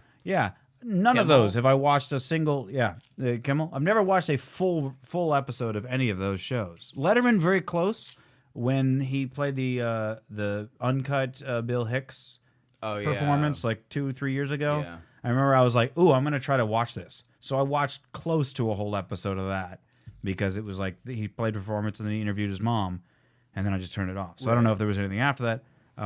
So yeah, just in general, sitcoms. Not I don't, You're not a big I mean, I think- fan. I mean, you know what show, I'm holding it down because I'm the hood cousin. Oh my God! Wait a minute. The No, he didn't. Oh my God! call back, motherfucker. I need Uh, that as a probably soundbite the in only- 2013. Probably the only sitcom I ever watched. He's gonna name something really white. Hold on. The sitcom I watched more than any other would definitely be the Cosby Show. Yeah, definitely. but I mean, 'Cause Cosby Show again- is transcendent of Again, anything that's Because I'm the ever hood been on cousin. TV. That's what Cosby that's Show all doesn't about. count, man. People don't even realize. I feel like I that Adam realize that. Sandler. That was one of his big Yeah, starts. You yeah. know, Adam Sandler was one of Yeah, Theo's Theo's friends on the friends, Cosby yeah. Show. Him and Yeah, Cockroach. They were literally, his yeah. best friends. Adam Sandler wore fucking muscle shirts all the time on Yeah. that dude. Well then, that's there what you they go. did. That's what. Well, I didn't watch that many episodes. But I mean, I think also, you know what? I show remember that the I've- one where Stevie Wonder showed up because they crashed into his Jamming on the limo. one, jamming on Yeah. the one. The show that I Baby. feel like got Baby. lost in the shuffle. If we were talking about really great sitcoms, and this is one that I feel like of all the sitcoms that have ever been brought back, I don't know how anyone hasn't tried to do a reboot of this. I mean, I know why they haven't, but A Different World was so ahead of its time. Wasn't that love post? A That Different was like a World. That was a Cosby spin-off. It right? was a Yeah, spin-off because with the college Denise with Dwayne Wayne, Dwayne and the Wayne, and the 3D Well, glasses. listen, I saw the episode. the two lenses. I saw the episode that I think was maybe it had been a pilot episode, but it certainly was a bridge episode between Cosby's and Different World. I think it may have been the pilot. And it was it definitely had the old intro, but Denise shows up with Rudy, and she introduces Rudy to everyone around, and that's how they start to bring in all the different characters. Right. She knows Wayne because of the flip up glasses, and then you've got Jasmine Guy's character Whitley, who's the sexiest woman. when I was 7, I was just like, please God, let me marry Whitley or Paula. I don't Abdul. know that any. I feel like Jasmine Guy for a long time was really just like every.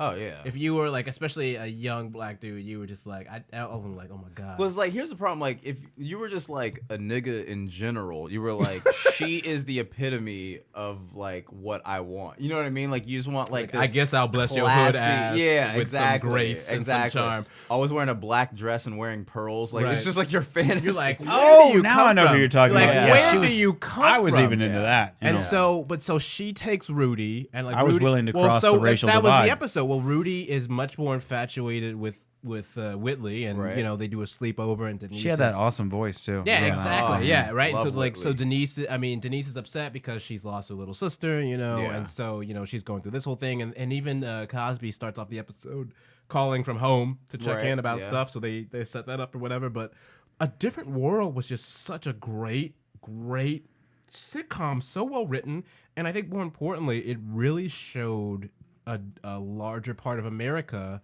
how diverse black culture could be. Oh yeah, absolutely. Because if you think about it, there's You really, mean you're not all just either yeah, Bill I mean, it's Cosby crazy, or Richard son. Pryor? I mean, or- you know, the FUBU factories still be paying well, but I mean, I think the thing that is weird is that there's never really since then been a mainstream network representation of college black life, or black college life, I should say, at a historically black. No, college College university. Black Life sounds better. Yeah, damn you. But which actually sounds like a white punk yeah, rock right. band. Yeah, It's College Black Life. the black 1, 2, kids. 3, 4. Just like the Yeah. black kids. Yeah. But I mean, you know, like if you like, A Different World is one of those shows that should be in syndication on TBS. You Yeah, know what I mean? absol- It absolutely Well, should be. wasn't there. it for a little bit? It For like was a on TV. long different Yeah. era ago back before, you know what I'm saying, they knew funny. Do you know what I mean? It was when TBS only played Braves games. It was like when Saved by the TBS, Bell like and A Different TBS World. and WGN were literally local Yeah, markets, you know, yeah. before they went to national syndication. And you Which had one like was the one that was specifically for Chicago? WGN? WGN. And so you and had TBS They would only always play the Chicago games. Yeah, Right. TBS would only play Braves. things. Yeah, but they would start at 05. Right. You guys remember that? Yeah. Like, Yeah. Yeah, and so it was. I mean, Different 7 World though is discs. such a great. So how many seasons is that? They went for a while, man. I want to say 3 or 4 seasons. 2 seasons. 2 A seasons? Different World only went 2 seasons. No way. Apparently so. No, you were lying, motherfucker. Go, that's You're just lying. on DVD. Hold on, Check hold on. the DVD. link. Yeah, it's on DVD, I'll okay? I'll check. That's okay, just you know how they do Don't black you- shows. don't you Calm lie to yourself. me. Calm yourself down now. Said- Chuck. I'm about to be World Amistad only 2 in went- this yeah. motherfucker. You gonna tell me? Talk about Talk about Different World only went 2 seasons. Get the hell out of my face. Okay. Some dude gets All in a right, fight. all right. over What a it- different what it world. is. I'm wrong as What it fuck. is. Okay, I'm how wrong many? as, What it wrong is. as fuck. It 4 was seasons. 6. There you go. Okay. 6 seasons. I told you, Yes. motherfucker. And they don't give us nothing, son. Yeah. They don't give us. They locking all our stars up. They locking us up.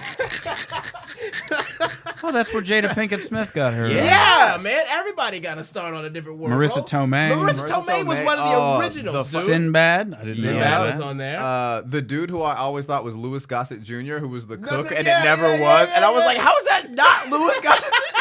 It's not? I'm putting that on the board. How is that not Louis Gossett? what's Jr.? his Goes name? I on got the board. 2 excited black people in the room, and my neighbors downstairs are gonna kill me after this because you guys are stomping. Wait, every what's time her something funny what's her happens. name's dad, who was like the army general, who was always coming? Oh, Whitley's dad was it Whitley's dad? It was? No, Whitley's dad was rich. What's her face? The Man, the I'm black white as fuck supremacist tonight. chick. The black. She was like the militant chick. No, it's not that. She was friends with the militant chick. She was like the real like middle class. No, wasn't she the one with The the short hair? Oh yeah, Yeah. okay. I need to get a yeah, refill. I'll be right back. Oh god. guys just continue talking. I'm trying to tell y'all, Riffopolis, A Different World is easily. You know what A Different World is? A Different World is like is almost kind of like a real post-racial Boy Meets World.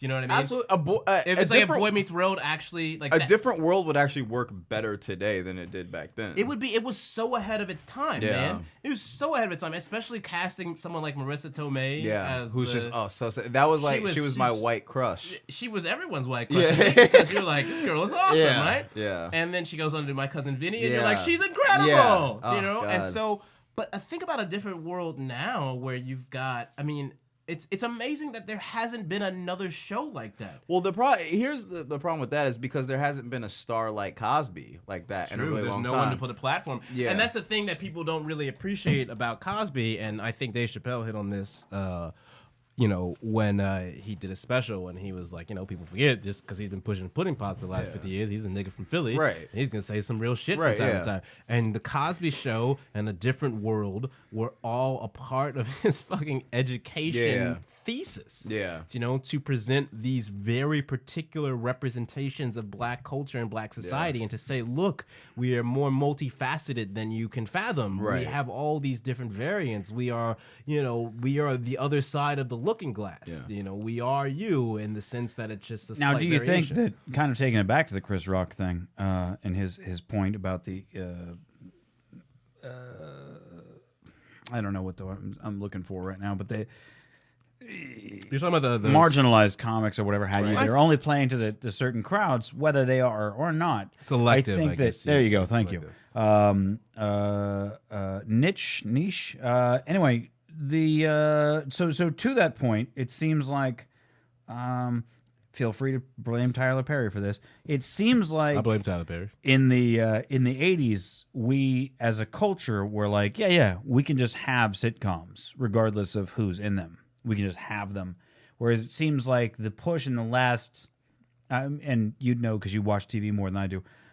It seems like in the last, I don't know, 5, 6, maybe 8 years or whatever. Say 10. Yeah, Let's go 10 years. You should go back It- at least about 20. It's almost about 20. Well, at least in the last 10 years, it seems like everything's got a niche because of the fact that there's so many cable channels where it's like, oh, you have a black show? We're going to put that on these black networks. Before you jump in, I think this is something that we talked about with Eric Alexander and Tony exactly, PA. exactly. When Eric Alexander, who was on Living Single, one of the last that was at the same time as Martin, and she talked about and that. Ellen Cosby Show. Right, and they, Cousin Pam from the Cosby Show, and so she You recognize the name. Yeah. yeah, absolutely. so she talked about the fact that was kind of they got in at the end before it really got, in her words, ghettoized, and it was like, Right. oh, if it's a black show, it's only gonna sell for black people, so we're not Right. gonna do the mass marketing, which is again, it's kind of that same lament that Chris Rock has in the sense of like, why aren't we targeting things for everybody? And I can understand that sort of more cultural frustration, even Right. if it may not necessarily Do you apply think that to comedians. do you think but- that to some degree there is a feeling amongst various cultures that are in comedy or entertainment in general that like, hey, there's a niche already there for us. We'll just use that. Well, as opposed to in the 80s, you had to be a breakout star, otherwise there was no niche. Here's fair why point. here's why I agree with that. Number one, because cable wasn't a thing really. Yeah. You know it what was I mean? it was a burgeoning So, thing. It was yeah. a burgeoning well, HBO was It still wasn't a concept, 500 but fucking yeah, channels. Right, right, exactly. yeah. So exactly. when you made a show, it's like everyone is going to see this. Anyone that owns a TV is going to see the Cosby Show. Anyone that Well, owns that's a TV Eddie is gonna Murphy's see. whole point was I'm going to be a household name by the time that I was like 18 or 21 Yeah. or something, very, very young. Right. I mean, he did that. He was on Right. Saturday Night Live and he was a household name by Right. that point. Yeah. But there was also, 7 to 10 channels. Right, Number one. exactly. So now that you have all of these options, it's very easy to go, well, this kind of person watches Spike, so I'm going to make this kind of show, and we're only going to put it on Spike, and we're not going to put Storage any Wars would yeah, not yeah. have worked in the 80s. Right, no, exactly. And you only have to put a little bit of money into it. Not that you're going to get a huge return, but you're going to get a return on it. you'll Number one. definitely make a return. Number two, and this is something we were talking about on the elevator, Teddy, is the rise of YouTube is honestly, in my opinion, and this is I hopefully no one from my job is watching because I work for a YouTube channel, is almost the demise of of the melting pot culture that we used to have. Yeah. And I say that because now you don't have to seek out anything that you consider out of your realm. That's exactly the same thing as probably what Chris Rock is talking about in the comedy You don't. world. Yeah. Is that now you can have You an can entire stay comfortable club. forever. Right. Yeah. You know, you can stay. You would never ever come across something like Richard Pryor on Saturday Night Live when you're like, well, I'm gonna watch Saturday Night Live, and you're like, who's this Richard Pryor fella everyone's talking about? And you see those sketches that he did, you know, and they still, you know, those things down that stand the test of time. But like in the moment that you're like, or Eddie Murphy's, you know, amazing sketch where he is, you know, a white white person. man. Go Oh, yeah, ahead, yeah, take yeah, it. Mr. No White, way. yeah. You know, nobody's. Go ahead, take it. You know, and for You're Eddie white, man. You don't have to pay. For it to be someone like, I mean, I think this kind of speaks on the point you're both making, to be Eddie Murphy at that phase in our culture and society and be the representation of a black man. Right. Almost, you know, and to be the black voice that white people feel comfortable around. Right. Which is, and, you know, Mitch, you've always, you know, I've all talked about this where, you know, if you are going to talk about, you know, race and all those things or whatever, and you have a largely white audience, you've got to find a way to make them comfortable. Oh, absolutely. You know, Right. as you talk about very uncomfortable things, that Yeah. has to be. You can't just be like, you know how honkies be hating everybody. You know, what I mean? You Right, can't just go out and just fucking and pull that shit. Honky yeah, be yeah. tripping, if you will. So I think, yeah, I mean, Well, I us think, honkies, we're very much tripping. I mean, yeah. I mean, but that's So you know, I that's a think given. the thing I think with YouTube, though, We in do the be sense tripping. that you can just sort of build your own parameters and like, I just want to feed this beast. But see, here's okay. But that being said, now let's say me, you, or Mitch, anybody makes a YouTube show, right? Right. And it does find its audience, and let's say that audience is, I don't know, Fuel TV. The problem is Sounds that like you, Mitch. now the industry sees you as that, so they're not trying anymore. Right, For as much as we can blame ourselves and be like, oh, you know, black comics are only doing black rooms, white comics are only doing white alt rooms. You know what I mean? It is that, but the industry also doesn't want you to go outside of that. Sure, You know what I mean? Because the Well, industry that's is always that. We actually Well- run into that. I will say we run into that here on the podcast. You know what I mean? right. Where we don't fit like a niche, so it's like it's very Right. difficult to advertise it as like, you know, like there's no easy way. I'm not a marketer, so maybe that's Right. the hard part as well. But even I think if we had some fucking marketer, they'd want some kind of gimmick. They'd be like, Right, oh, yeah. you got a black guy and a white guy. Call it like a racial divide. And we're Right, like, yeah. no, we're just no. It just so happens. Yeah, exactly. That like I didn't go. I'm gonna pick. In fact, Teddy was not my first co-host on this But I show. think- I think, but that's not because you that's just he was our first guest. We'll Were say that. you? Don't try Alright. and make it all smooth. Wait, who was the first co-host? This guy Justin DeBoy. Oh, okay, I don't know. I thought you were going to say He- Justin Ruffalo. I was gonna Filipino, say- but he just we had talked about it and whatever. But he had other things he wanted to Right. do and blah blah. And I had such a good time with Teddy on the first episode. I was like, well, I'm gonna have him come back and co-host in a guest spot while Right. Justin was doing something else. And then the next week, Justin was like, I'm still on doing this play, and I was like, all Right. right, I'll bring Teddy back again. Right.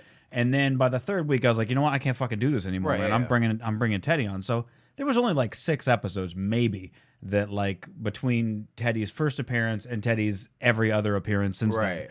then. But that wasn't, you know, and it's nice and it works out. And we've had, you know, I think that I think that probably holds some kind of record, I imagine, on like number of black guests we've had Right. versus any other podcast that's Right. not specifically catering to anybody Right, given. yeah, you Well, know I mean, what yeah, I mean that was one of the reasons that Erica Alexander, when you know we talked with her and Tony, and they were trying to talk about how they ended up agreeing to come on, and they were very excited. It was one of our first 4-person episodes. I think it was the first Nice. 4-person episode, and you know Yeah, we we've only had a had, like, really 2 of them.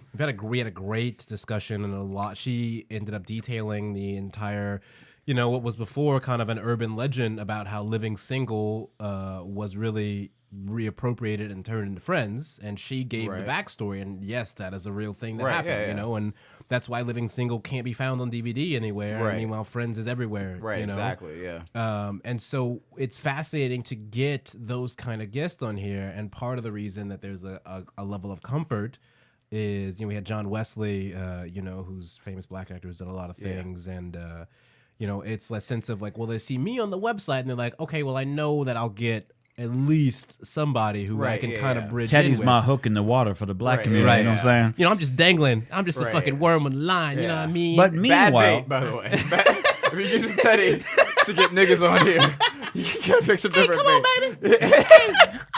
you know how Pythagoras be? Right.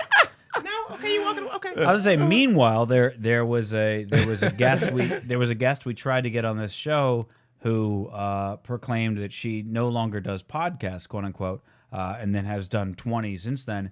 And she's a famous comic. I won't call her out because I don't think she's like a bad person or anything. But I think that she saw the website, or her people saw the website, and was like, okay, there's like a dark background. There's two dudes. They call Right. it straight riffing. They talk about motherfucker and bitches and whatever have you. And they probably thought on her behalf, if not her herself, thought like, oh, this is boys club. They're going to be like, hey, so tell us about your funny jokes, bitch. You know, or Right, something yeah, like yeah, that, yeah, where no, I it's get like, that's not at all how we Right, are. yeah. And you actually won't find a more accepting sort of podcast. It's not like, gonna sit here and judge you and fucking call you. I'll call you out and everything else like that. And we reached out to her because we're fans. Right. So I mean, it hurts both ways. But yeah, that's one of those things. Going back it is difficult to me. I like shit that's in the gray area. Right, Like I yeah, no. prefer. I don't like something that's all the way one side on any. You know, it's too like niche, and it's like, oh, that bores the shit out of me. I like general. But that- yeah, general but shit. that's where but you it's find- very difficult to market it. Well, that's the all. problem, is that like comedy in a way has become stale because of that. Because inherently in any joke that you write, the purpose of it, your punchline will always be a misdirection. Now, if you know I don't know what about the that. say again, I don't know about that, but no, absolutely. Think about any. let think about- me hold on. I'll put it in a slightly different way.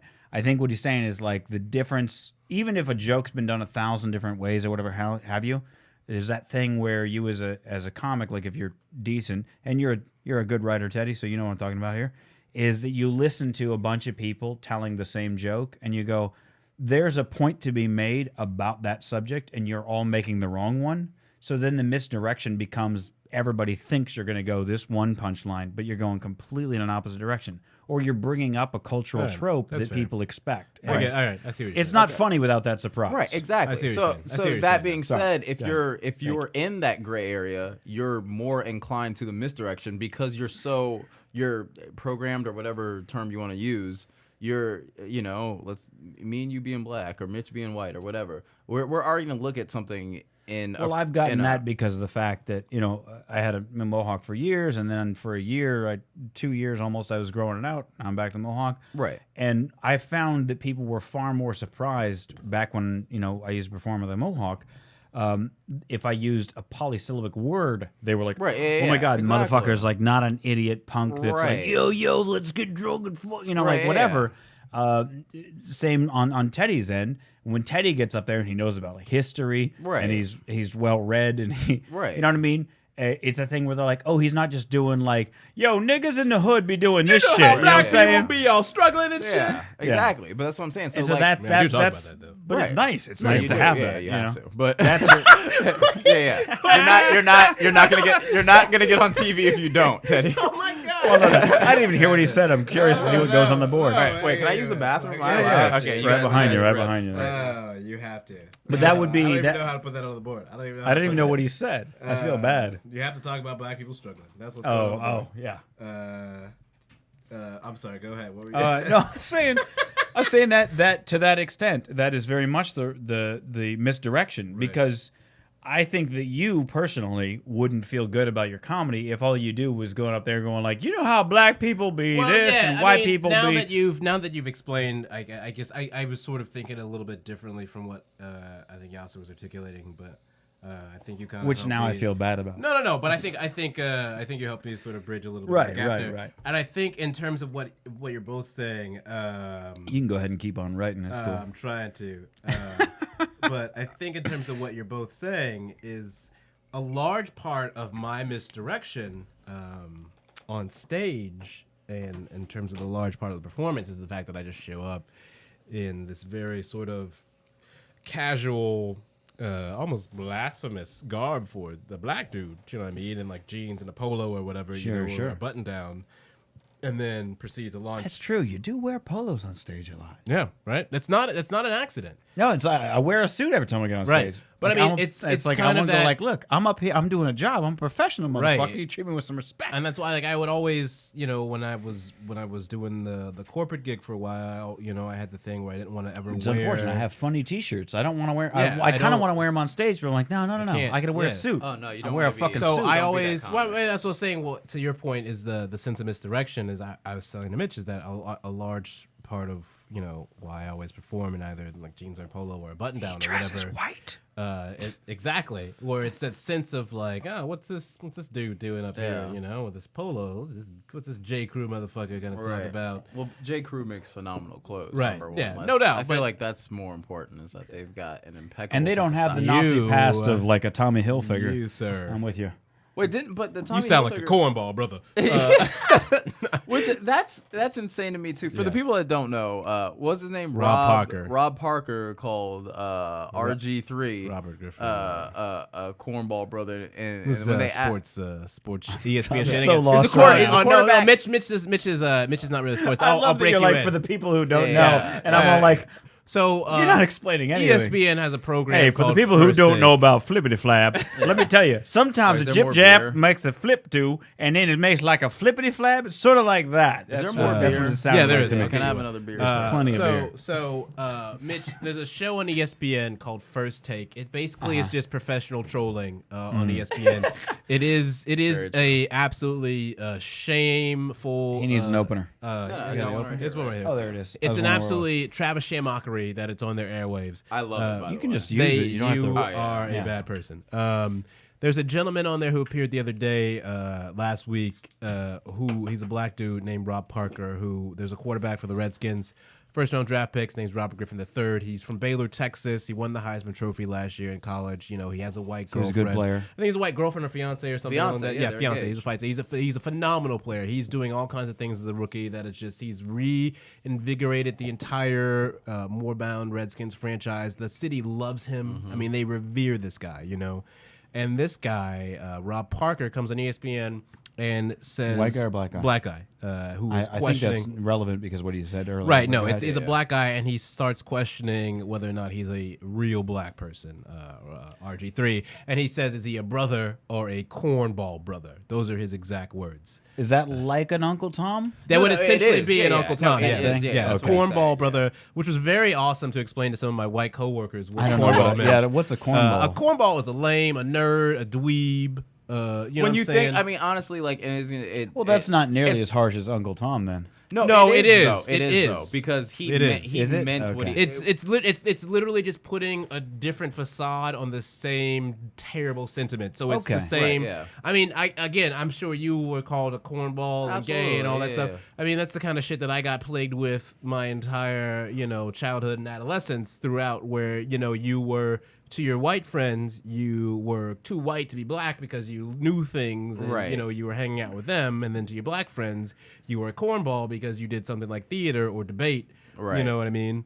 And in that regard, you or were listen not to the Mars Volta. right, or you were a Nirvana fan, or you were an At the Drive-In fan. Right, You know yeah. what I'm Wait, saying? let me break this down real quick because you understand. I'm from Phoenix.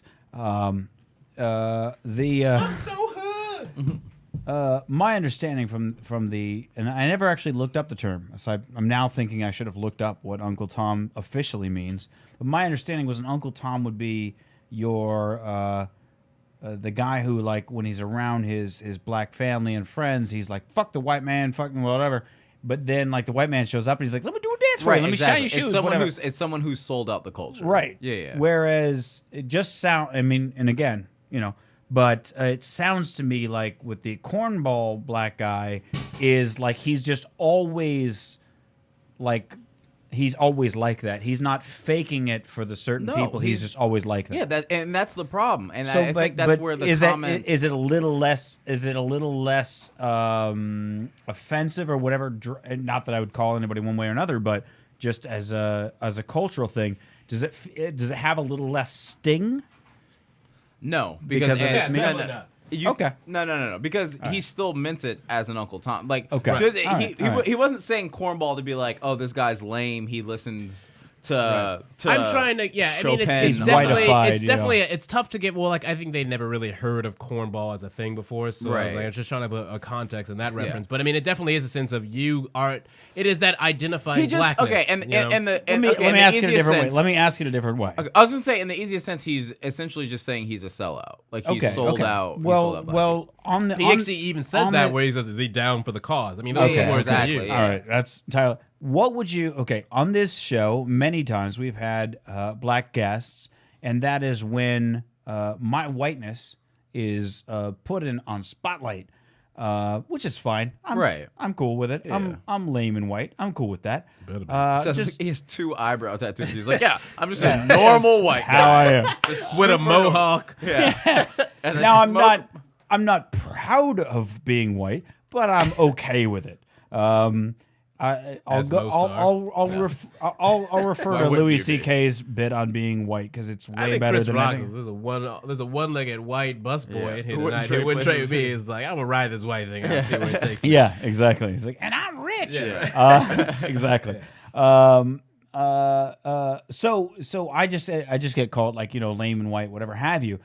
I don't come from the streets, as it were. I'm given to understand there's a K in there for some reason. There's not. You know what there is. You streets versus streets. You know that. Come on. You know, Baltimore. these things happen. Yeah, Oscar scene for There's a 48, lot he of knows. situations that come up on this show where I'll ask Teddy like, "What the fuck does that mean?" And then if there's a black guest, sometimes they'll go, "He can't really literally." Quincy Jones, Quincy Jones was who called you out dumbfounded. for not following him on Twitter, and then you Yeah. followed me on Twitter. Literally, the moment I saw Well, no, that 'cause tweet, you- no, you but- followed me on Twitter. So, Yeah. haha, Quincy. By the Anyway, way, yeah. So Quincy and on if this you notice, show, I still didn't follow him. Yeah, I know. I followed saw, you. I saw that you wrote "never gonna follow you now," Yeah. and I was gonna tweet him with like, "Hey, motherfucker, he just started Yeah. following me the moment you Sure. tweeted that." In your Hilariously. face, Q Jones. And Quincy, when he was on the show, he looked at Teddy and he was goes, dumbfounded. He was literally dumbfounded. goes, "He cannot possibly be that white," which made me feel not like I don't care if anybody calls me white, but then I was like, does it seem like I'm putting on an act? And I felt really like,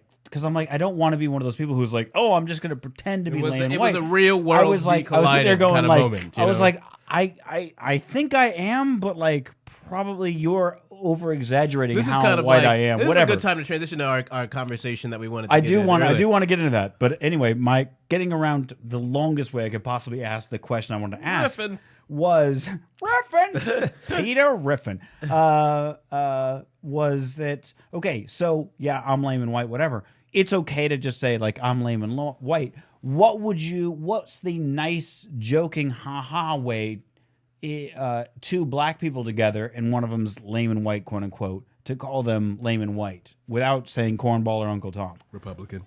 Okay. Okay, there goes political Teddy. I'm just kidding. His think progress attitude. But, No, but seriously, kidding. I'm just to kidding. me, okay, and what do your hood cousins call here's- you? They just call me lame when they have Okay, something all to say. right, But all here's the right. problem. That's Like, which is here's- always no, but here's okay. When I here's- stop by the prison and pick up the phone, and this is a real. This is an honest answer.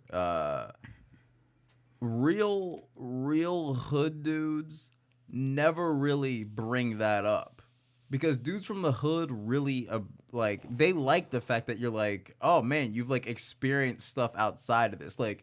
And real hood dudes don't want to be hood dudes. Right, I think exactly. the point that y'all said. Yeah, All right, exactly. all right. Like all my Anybody cousins, who has ever seen anything more than 2 minutes of lockup or beyond scared Right. straight with dudes who have been in the system forever, you're talking about guys who are like prison house lawyers, man. Right. You're talking about dudes who just are fucking like, I just don't wanna, do that. That's 5 to 10. You know what I'm Right. saying? You know, like it's the sense of like dudes who are like, do you like when they're like, I want to be in the program that scares the fuck out of kids because these motherfuckers is about to throw their shit away, and Right. I've been in this, and I'm fucking tired of throwing my life away. Yeah, Do you know what I exactly. mean? They Like, don't people- want to be there. Yeah, exactly. And the thing is, like, and I talk like this, I look like this, I get it. It's very easy to come after me, but black suburban people will always question your blackness, whereas someone that's lived through it, like I have, will always know, number one, and will always respect you for going above and beyond that. Like, do you realize? And this isn't this transcends being black or white. This is an economic, Socioeconomic, yeah, that I'm gonna bring up, but.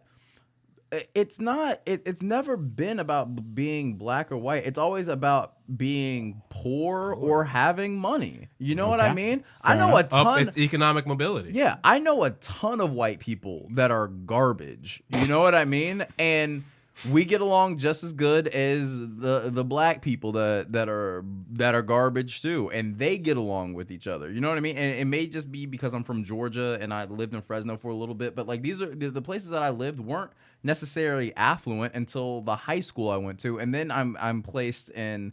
This is where the situation comes up, because now I go to a high school with Not a little Mike bit more. D, the situation. Right? Yeah. Or But Mike now- S, rather. Yeah, but now I go to a high school where everyone more or less has a house. I live in an apartment. You know what I mean? And then Now, we that's the get- thing that I think is very weird, and that's where you talk about where you hit on the strain of it's more about your socioeconomic status Yeah. than it is anything else. Because I know as someone who grew up as like lower middle class or like poor, you know, and like had a lot of family that was poor, and when we moved into an apartment towards the end of like being in high school, even though they were like nice apartments, Right. there's this part of me that was like, fuck, like I'm in an apartment, like everyone else has fucking houses and nice shit, and every time I have to write my address out, there's this fucking number, even though they were nice apartments and I had friends in them who lived in them who had money, but Right, I yeah. was like, we don't have money. Right.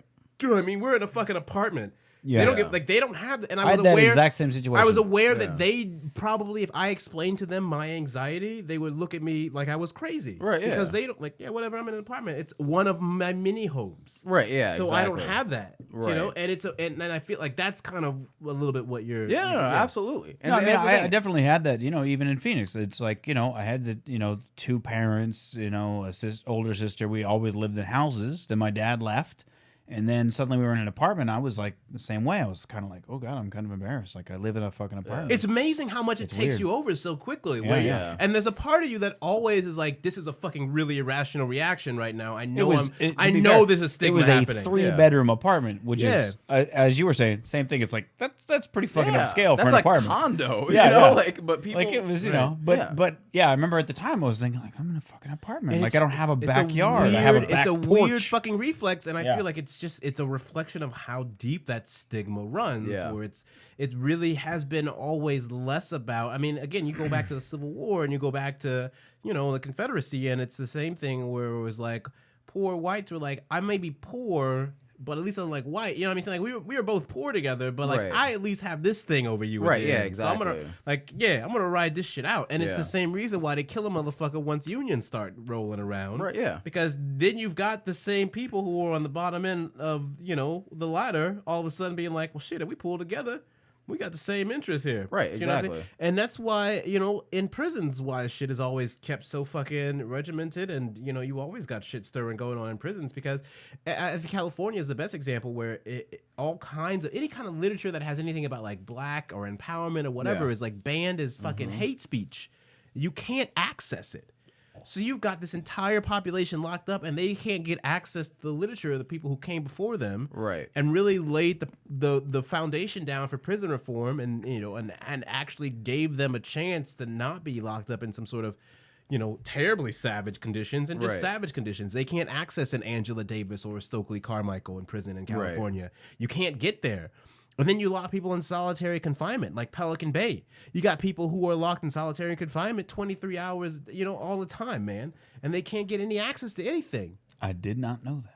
No one does, bro, Yeah. because it's buried deep. Yeah. And that's the kind of shit where, like, those cats appreciate a motherfucker who reads, Yeah. because that dude is the difference between them not having a shitty meal Right. versus having no meal at all. Right. You know what I mean? Because at the end of the day, that person is always going to be the one to help you. Right, that You know guy's what the I mean? jailhouse lawyer, and that's Right. the guy that listen, I've been in solitary for this long a time. I can't get no access to anything. If I get a note to you, I know that you, in this fucking Lord of the Flies jungle that we live in, you could give me a chance to get out of solitary. And this is why it's fuck Ralph Nader all the way through, yeah?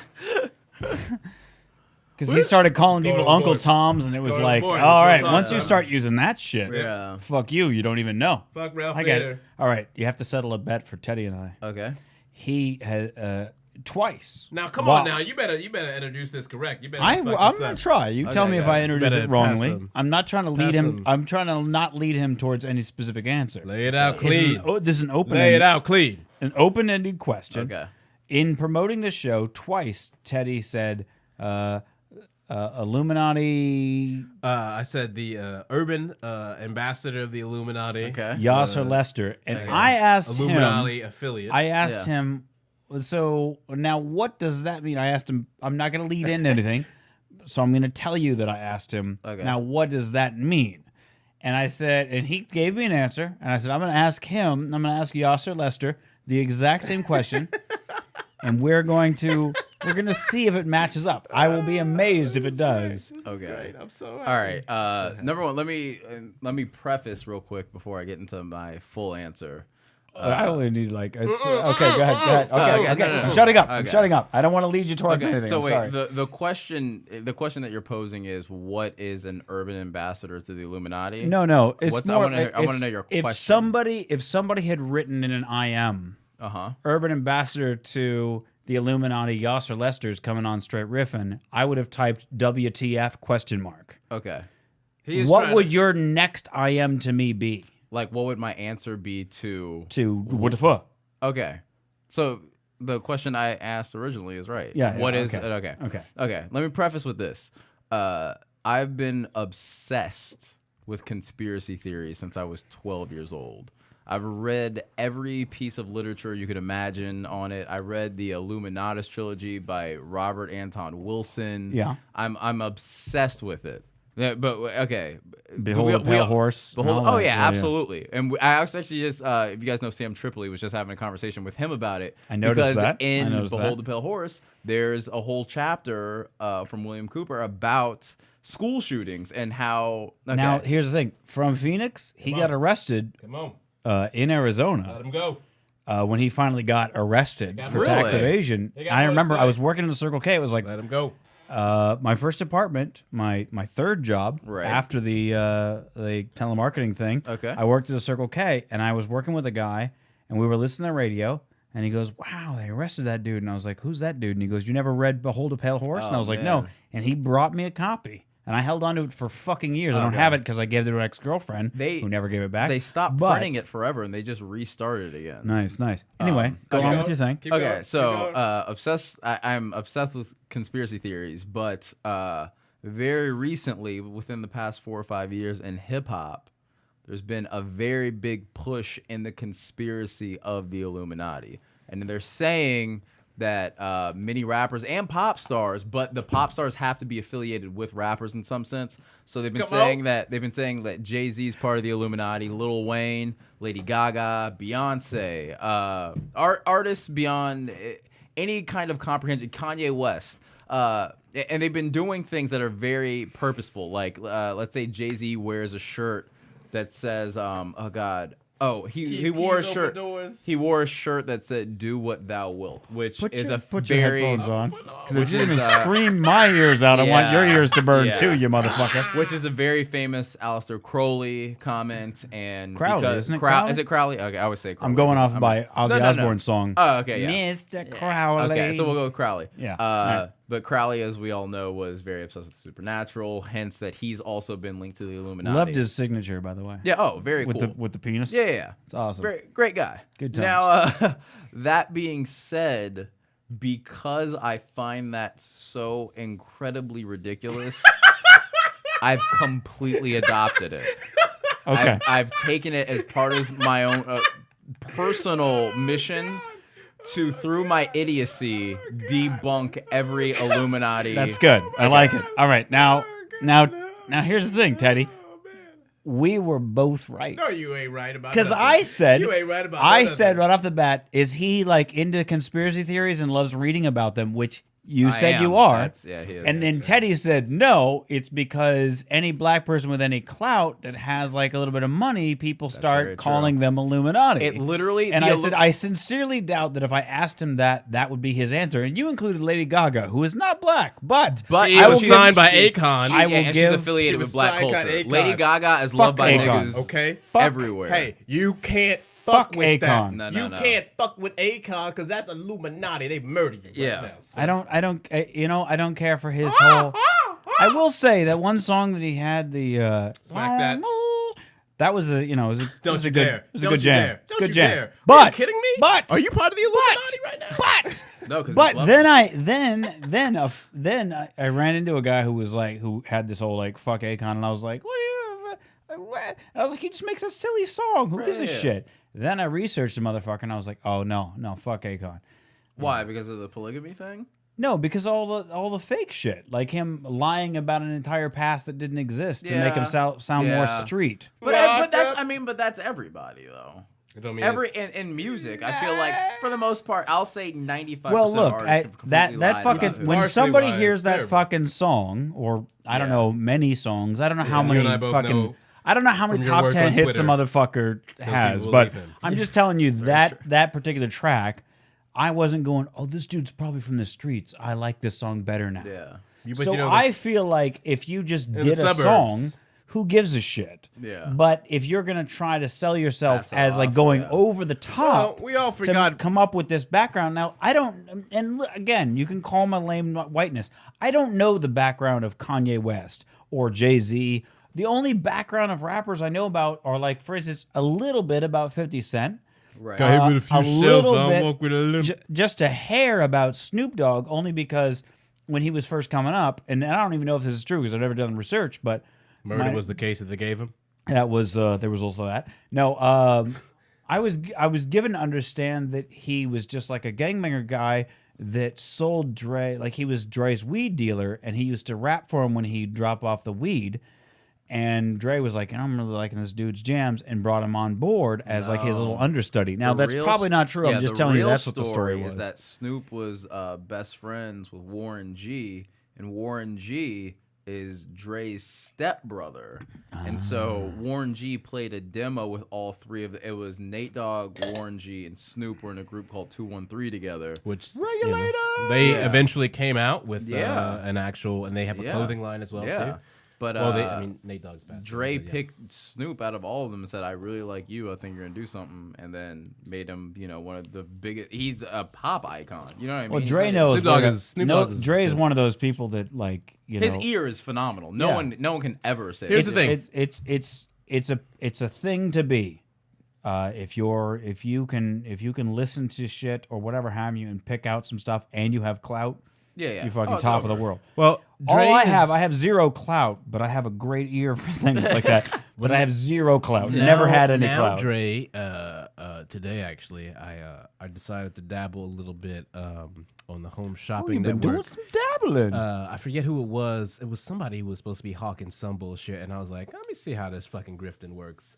And then I happened to catch these random ladies hawking Beats by Dre items, and it Yeah. was just, I was like, damn, son, this shit is so Well, fucking Fif- sad. 50 It's Cent so was on sad. there 2 weeks ago on QVC. 50 Cent starts making a He lot of made- cameos now. He made get a 200. soda? He made 283. If that? I want to get the number correct, but Yeah. I believe it was $283,000 in 9 hours selling headphones on QVC. And he's just like fucking. He's just, hey, come on, baby. yeah, and they loved him. They loved him. These Kissing women her. loved it. Yeah. They loved it. Was well, the he's weirdest, a charming motherfucker. It's the weirdest thing. Every in the interview world. I've God, he's ever, cool. every interview I've ever seen with Curtis 50 Cent Jackson, or Mayfield, right? What were we saying? Curtis not 50 Cent Mayfield. That's what as it was. you had to Curtis be, not correct. 50 Cent.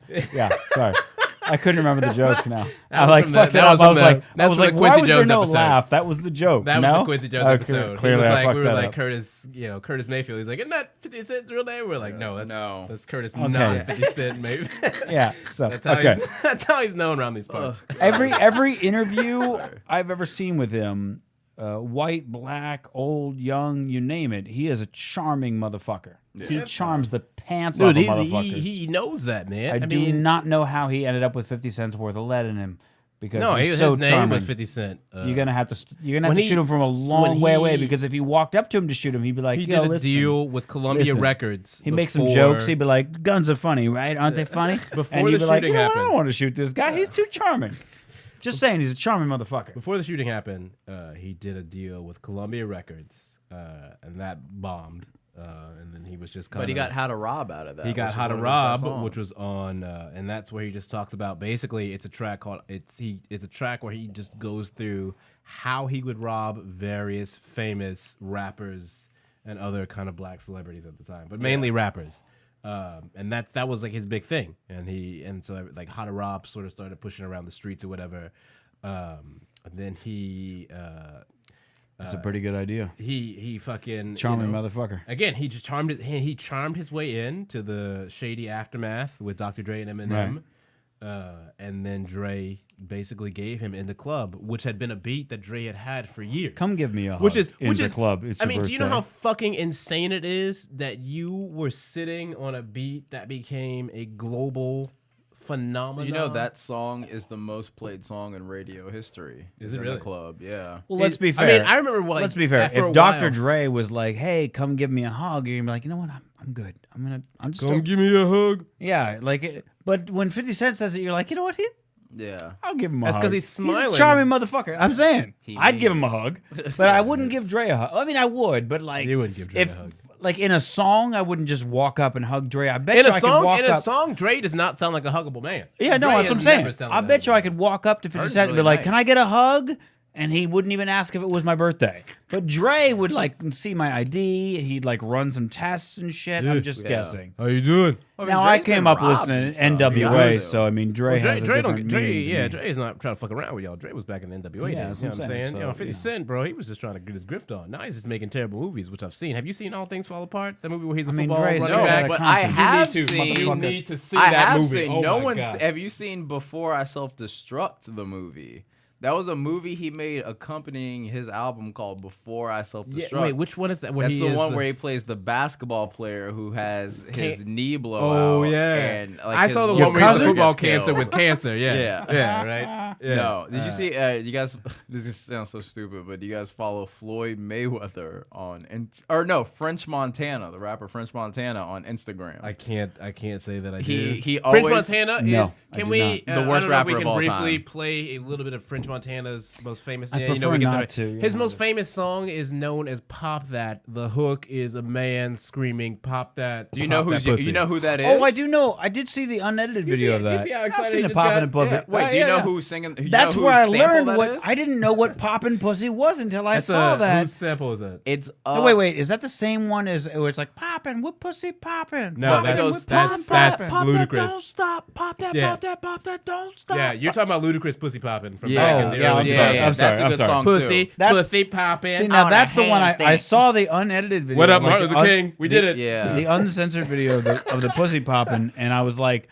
oh, and I just was like Yeah. fascinated. I was like, That's a ludicrous. I was like, joint. that's where I suddenly was like, Which should speak all, to you. like suddenly all the just filthy white girls I dated suddenly became a lot less filthy. I was like, well, they've never done any pussy popping. No, they Like, have. yeah, they have. The number On one they YouTube, they have. have, yeah. Have you seen the Well, number no, of suburban I'm- white girls to doing twerk me, videos on YouTube? it's- To I me, haven't seen they've them never because I come up don't to want to be me depressed. and spread but their the legs fact that out they and started exist, shaking the vagina. I mean, like, Mitch, I was very Mitch, upset. do you know how many twerk videos exist on the world? I'm sure. I'm just saying. Here's Okay, and Mitch. come on. It was amazed the It's shit out of me. depressing. Let me It's tell you. Let me depressing. say this amazing. right now, Mitch. It's I love amazing. you. I respect you. But This is not going there- anywhere good. White people using the word twerk disgusts me to my soul. Now listen, I told him before. I told Mitch well, before. Hold on, Mitch. Hold on, Mitch. Well, first off, I didn't use the word. He did. No, No, no, but I absolutely. said this. I don't even know what it tried means. I tried to say this. I was telling You Mitch can a little talk bit. shit about white people all day long. Mitch I was kind of have asking no for a little white bit of a pride. beeline about you on before the show, and this is one of the things that I mentioned. Is one of my favorite things that you've done. Oh, yeah, yeah, a couple yeah. times, and it really is. And this is great. I'm glad you brought this up. But if you don't follow Yasser on Twitter, Yasser will, Don't do it. Is what I was about to say. YASSIR_LESTER on Twitter. Yasser every now and then will do. And if he follows you back, be sure to rub it in an amazing the Quincy Jones's Twitter, which is random Q Jones. Random Q Jones. Be sure to @random Q Jones. Hey, guess who's following me? And then tag Yasser I will Lester. follow Whatever it is. anybody. I swear to God, this is true. I will follow anybody right now that says they won't follow Quincy, and if they follow me, I will follow you and I will Right. retweet Forever. you. So, And a so day, you that's start the never. start the tweet with @YASSIR_LESTER. That's Yasser Lester. and then you say, I will not follow Random Q at Jones.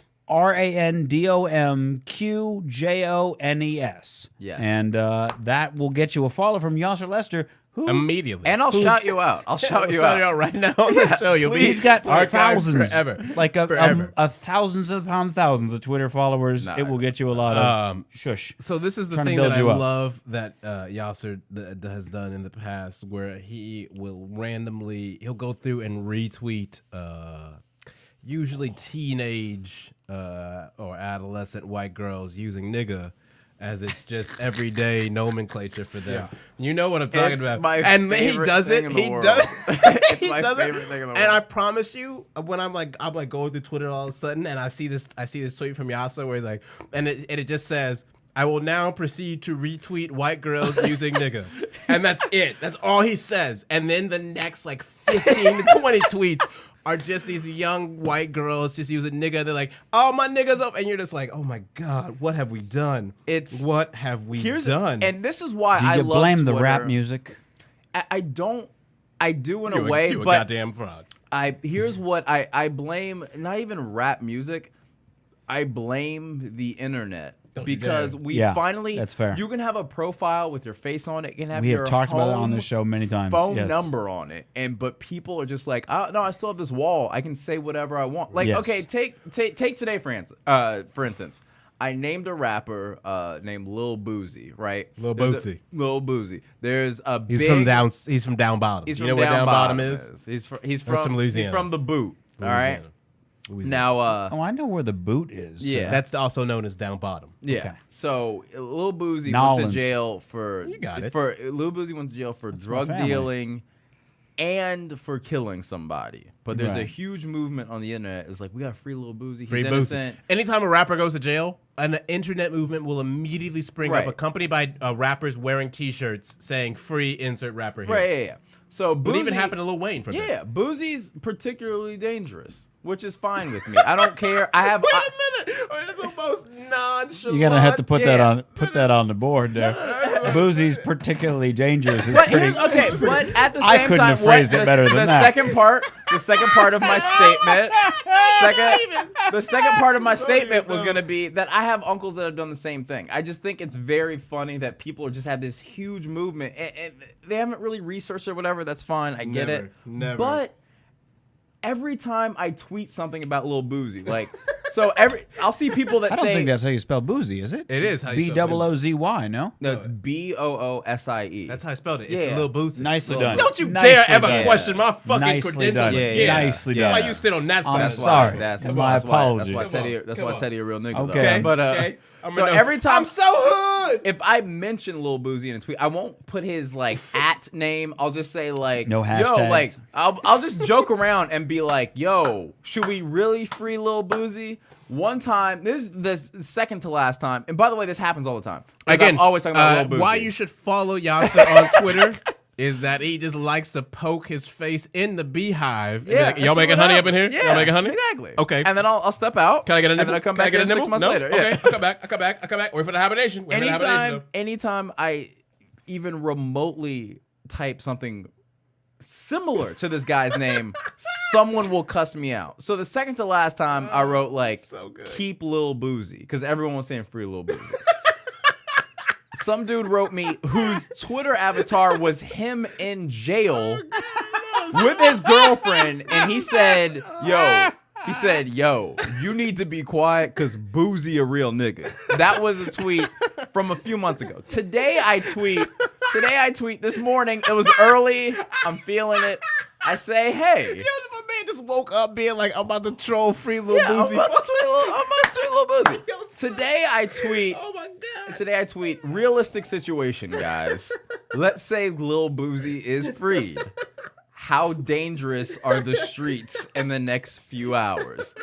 Someone wrote me back immedately. They quoted my tweet, and in front of that, in all caps, they just put, shut the fuck up.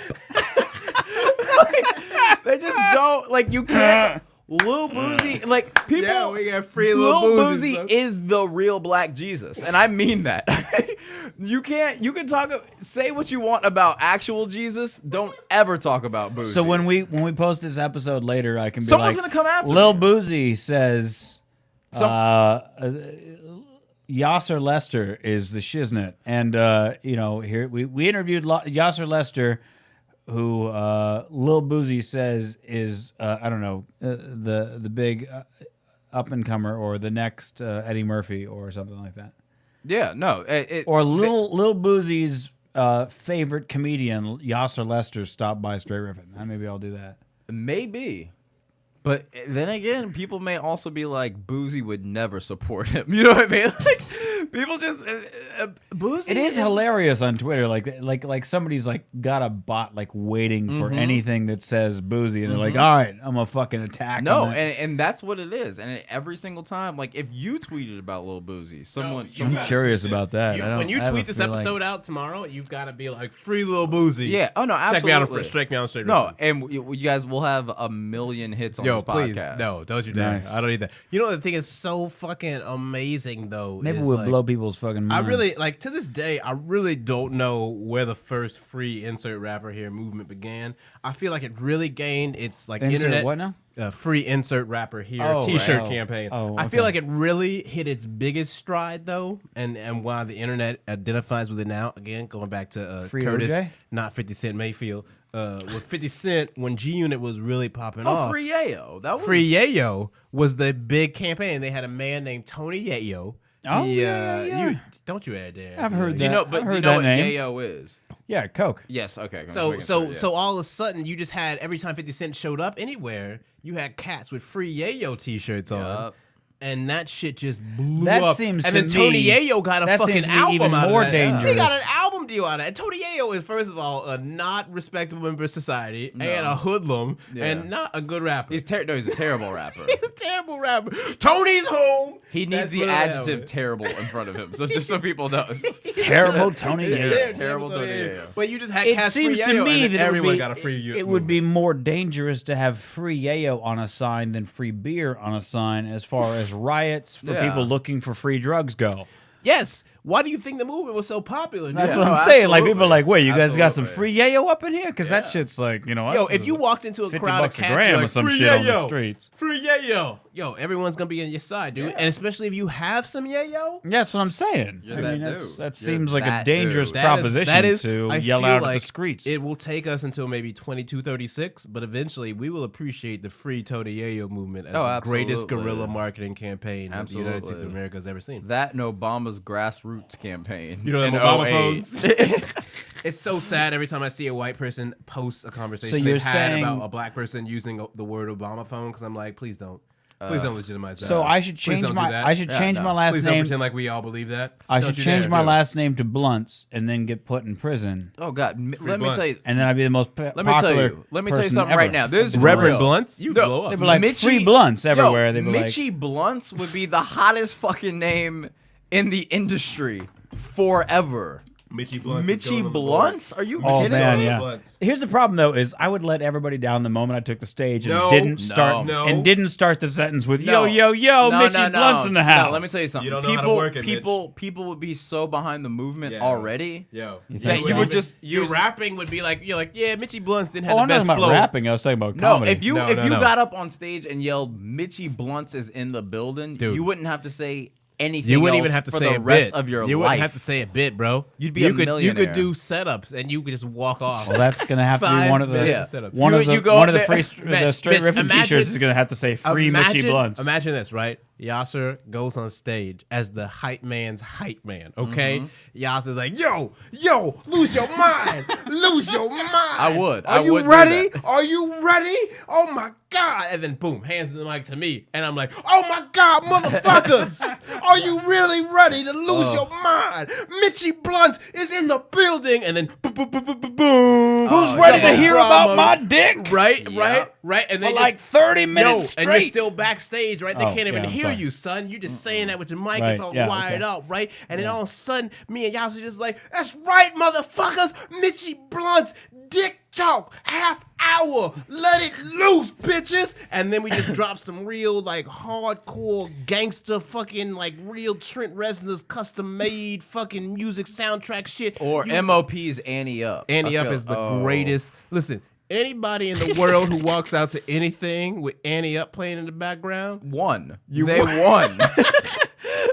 it's the greatest beat of all time. Yeah. You ain't never heard I will need to look this now, up. yeah, now we're you gonna can have see to- how Quincy Jones Yeah, is. yeah. Sorry, Quincy I'm Jones sorry. is I mean, all Quincy- people, all white. I feel like we have reached a place now. I Now, tweeted Quincy- a lyric for Andy Up one day on an airplane ride, right? By the time that I got done, my man Harry Rose had just tweeted, or he fucking, it was on Facebook, he just wrote back, Andy Up. And I was like, yes, we've done it. We've bridged the That's gap. it. We're That's close all to you said. I post don't know ratio. Annie Up, I'm Okay, sorry. you are not on the post racial I'm bandwagon, sorry. and you I need to feel get like I your am. shit together. You're not. Annie Up. Everybody in did. his defense. This Annie Up podcast is free. 50% black. Tonight, it's was like did he not declare himself the 33% hood cousin? Are you gonna be the hood Yeah. cousin and not know about I Annie think Up? he meant That's hood. not He meant possible. hood like he's a You hood, need- like you- he's a scumbag. you need He to didn't tell mean me, hood like- like he was in the trap though. Oh, man, you know I what don't I A mean? bees I in don't the even trap. know what I meant anymore. Do you know We're what the good. trap is, Mitch? Listen. No, I don't. But No, here's the thing.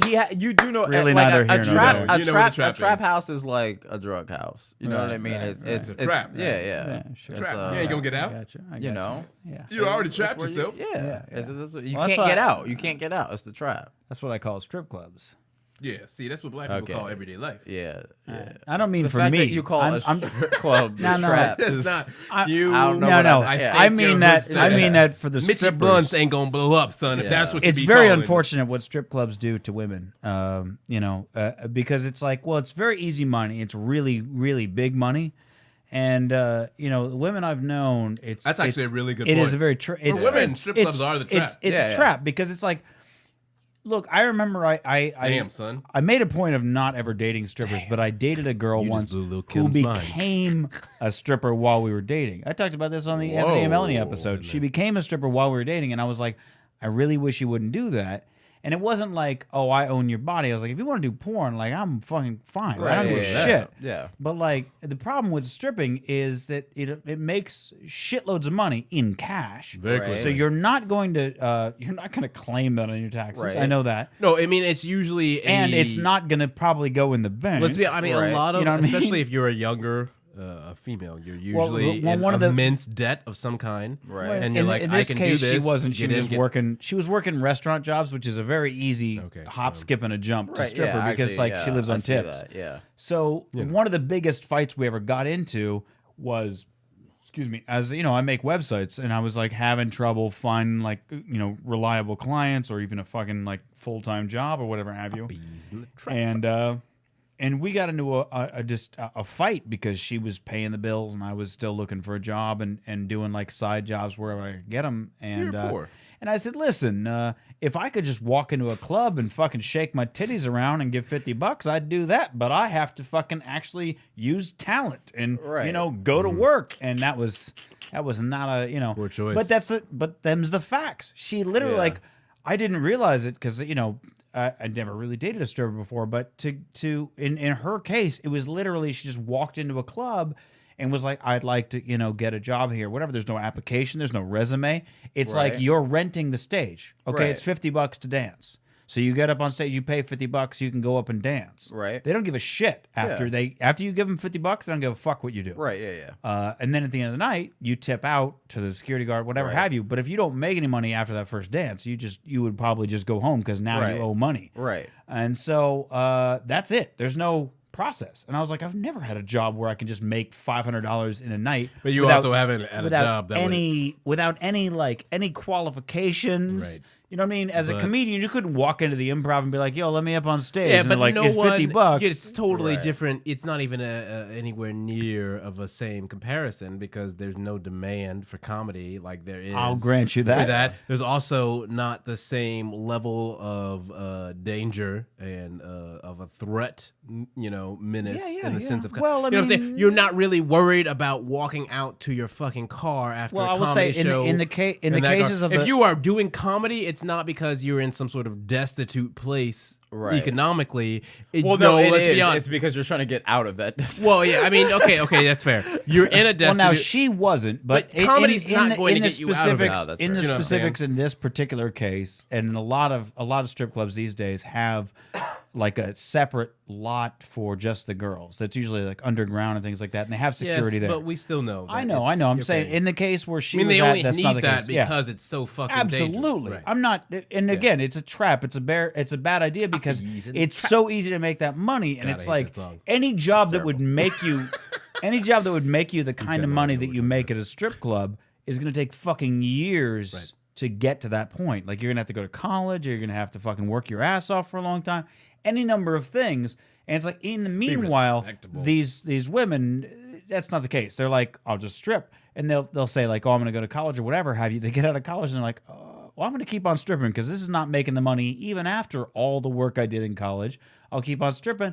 And a lot of times what ends up happening is they do it until they physically can't do it anymore, like in their fucking mid-40s. Or, some rich guy comes along and is like, hey, I'll fucking buy you out of this job. And it's a terrible, terrible trap. So that's my problem with strip clubs, or stripping as an industry. I feel like that sort of sums up a bit of the trap. I mean, that's what the trap is. So anyway, that's why I would call strip clubs a trap. Not for myself, because I don't like strip clubs. Did you get your eyebrows pierced at the exact same time or at 2 different times? I thought you guys went different times. Different times? Yeah, you know what? Now that I think about it, yeah, I wanted to get them. I wanted to get them both done at the same time, but I didn't have enough money on me at the time. So I got the one done, and then I was like, and then I learned about vertical bridge would be the piercing in the center here that I used to have, a little spike. And I was like, you know what I should do is get too weird, 2 bro. spiked eyebrow piercings and then get the vertical bridge spike, too and then weird. I'd have this cool ass 3 spike thing. Nope. So I went somewhere and got the other at the same time, the vertical Right. bridge and the other eyebrow done, and I was like, that's a good look. And I stuck with it for years. And then I got tired of fucking answering questions. So I took the Right. vertical bridge out just so people would leave me the fuck alone. Right. But I mean, I had that, I can't really imagine you with a vertical bridge. I have pictures. It's kind of weird. Actually, Galore. number Shitloads one, of I them. want So- to see those. And Well, we're about out of time, but I mean, if you want to hang out a bit, Yeah, we, no, I gotta we have see. to record some bonus stuff for our 2 weeks off, and we don't have a lot of bonus stuff. We got plenty of bonus stuff. What are you talking about? You'd think, We got but bonus I looked the archives, and we don't. We Yeah, don't. we got bonus stuff. We don't. We don't have that much. well, So I'll explain to you what we do have. I will explain to you after this what we do have, and then we can this come up with a podcast topic is the for trap. the bonus.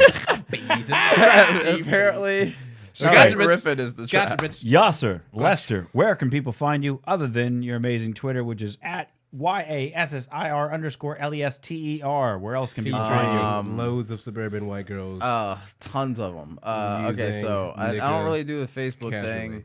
So yeah, you you do can not find do me Facebook at all. I tried to Nah. find you on there to tag you for a post, and you were just a fucking. Nah. You wrote one Goddamn post, and it was ghost. like, "Hey guys." Yeah, that was Yeah. it. Because here's the thing: like, I had so many people, so many comics started adding me, and I'm not popular by any means. But like the problem with comics is that, Then they start asking you to go to all these different gigs, and you're like, dude, Yeah. I'm not going to that. well, the thing is that they start asking you where they should go, and it's like, why don't you just do the work like I did? You know what I mean? Like it's not that hard. You just go to places, and then you ask them. They either say yes or no, and then you go on to the next place, or you, just get that described gig. something that's actually very hard for a lot of people. Yeah, but I mean, at this you point, mean I have to work? I gotta Yeah, talk to people exactly. and be rejected.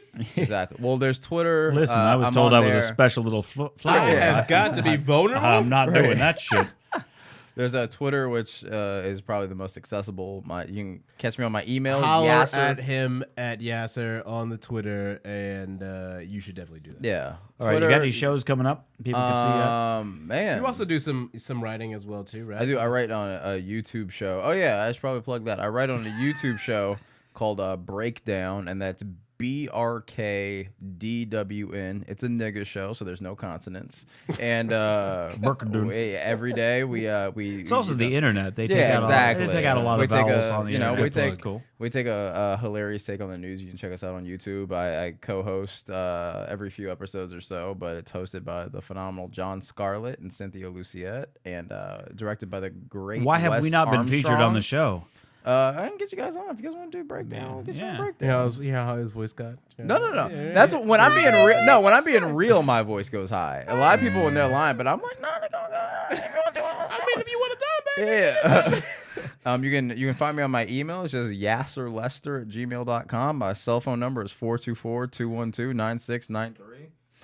All right. Did you really cut it?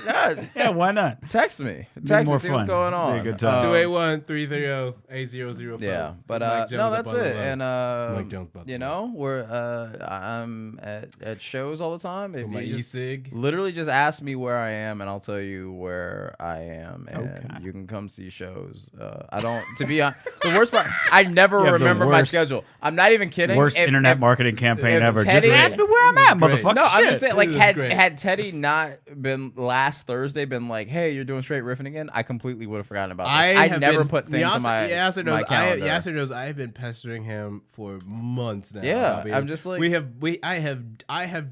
was texting the wrong number for months because I thought it was him. Yeah. I don't know. I'm so sorry to whoever it was, and I was like, "Hey, motherfucker, you coming on the show?" And then finally, Yasser was like, "Hey, dude, I got a different phone Yeah, number." And so I was it's like, March. "My bad." Yeah. I was like, "My Which, bad." by the way, in my I've been defense, I blowing looked up. at my cell phone. So when you texted me like, "Hey, I've been trying to contact you," like That was my first text, wasn't it? It wasn't. I had a text before that, which was me telling you my new number, which means you didn't save it. Boom, boom, boom. Don't you dare! No, I Don't swear, you I dare. sent it to you. I sent there was like 7 to 10 people particularly. Okay, damn. that's it. Mitchie Blunts is in the building. My boy Teddy T. We doing Teddy, it what you got big. coming up? Illuminati Plug some triangles all day. Golden lions. Behold a pale horse, Yeah, behold motherfucker. the pale horse. My boy Will Cooper. Oh god, damn son. Oh man. Graham Hancock. And we Oh, will shit, build a son. mountain. Yeah, right. And this mountain. All right, go ahead. I'm at Flappers this Thursday, the 20th. Jose Chavez putting on the end of the year show, holiday comedy con carne. So check it out there. Thursday night I'll be doing a set. And then Sunday. Sunday, the Improv, 9 p.m. Men's Comedy Club, hosting there. So come check us out, Mitch. I got You're beyond hosting, I got by the way. I shouldn't know Saturday at Formosa. I'll be performing, and that'll be my last show in town until 2013. So check that out as well. Good night, bitches. Thanks for listening to Straight Riffin. You can catch all past and future episodes of Straight Riffin on the official website riffin.net, riffin.net. Keep in mind, we do air live every Monday night from 7 p.m. to 9 p.m. Pacific time. That's 10 p.m. to midnight for you East Coasters. You can actually watch that right on Facebook, on our fan page, facebook.com/straightriffin. Like us, check out the Ustream page. You can even chat while we're doing the show. That's how we interact with the fans. We thank you so much for listening. Check out riffin.net. Buy my album. Buy Teddy's album. We'll catch you again next time. And riff the fuck on, bitches.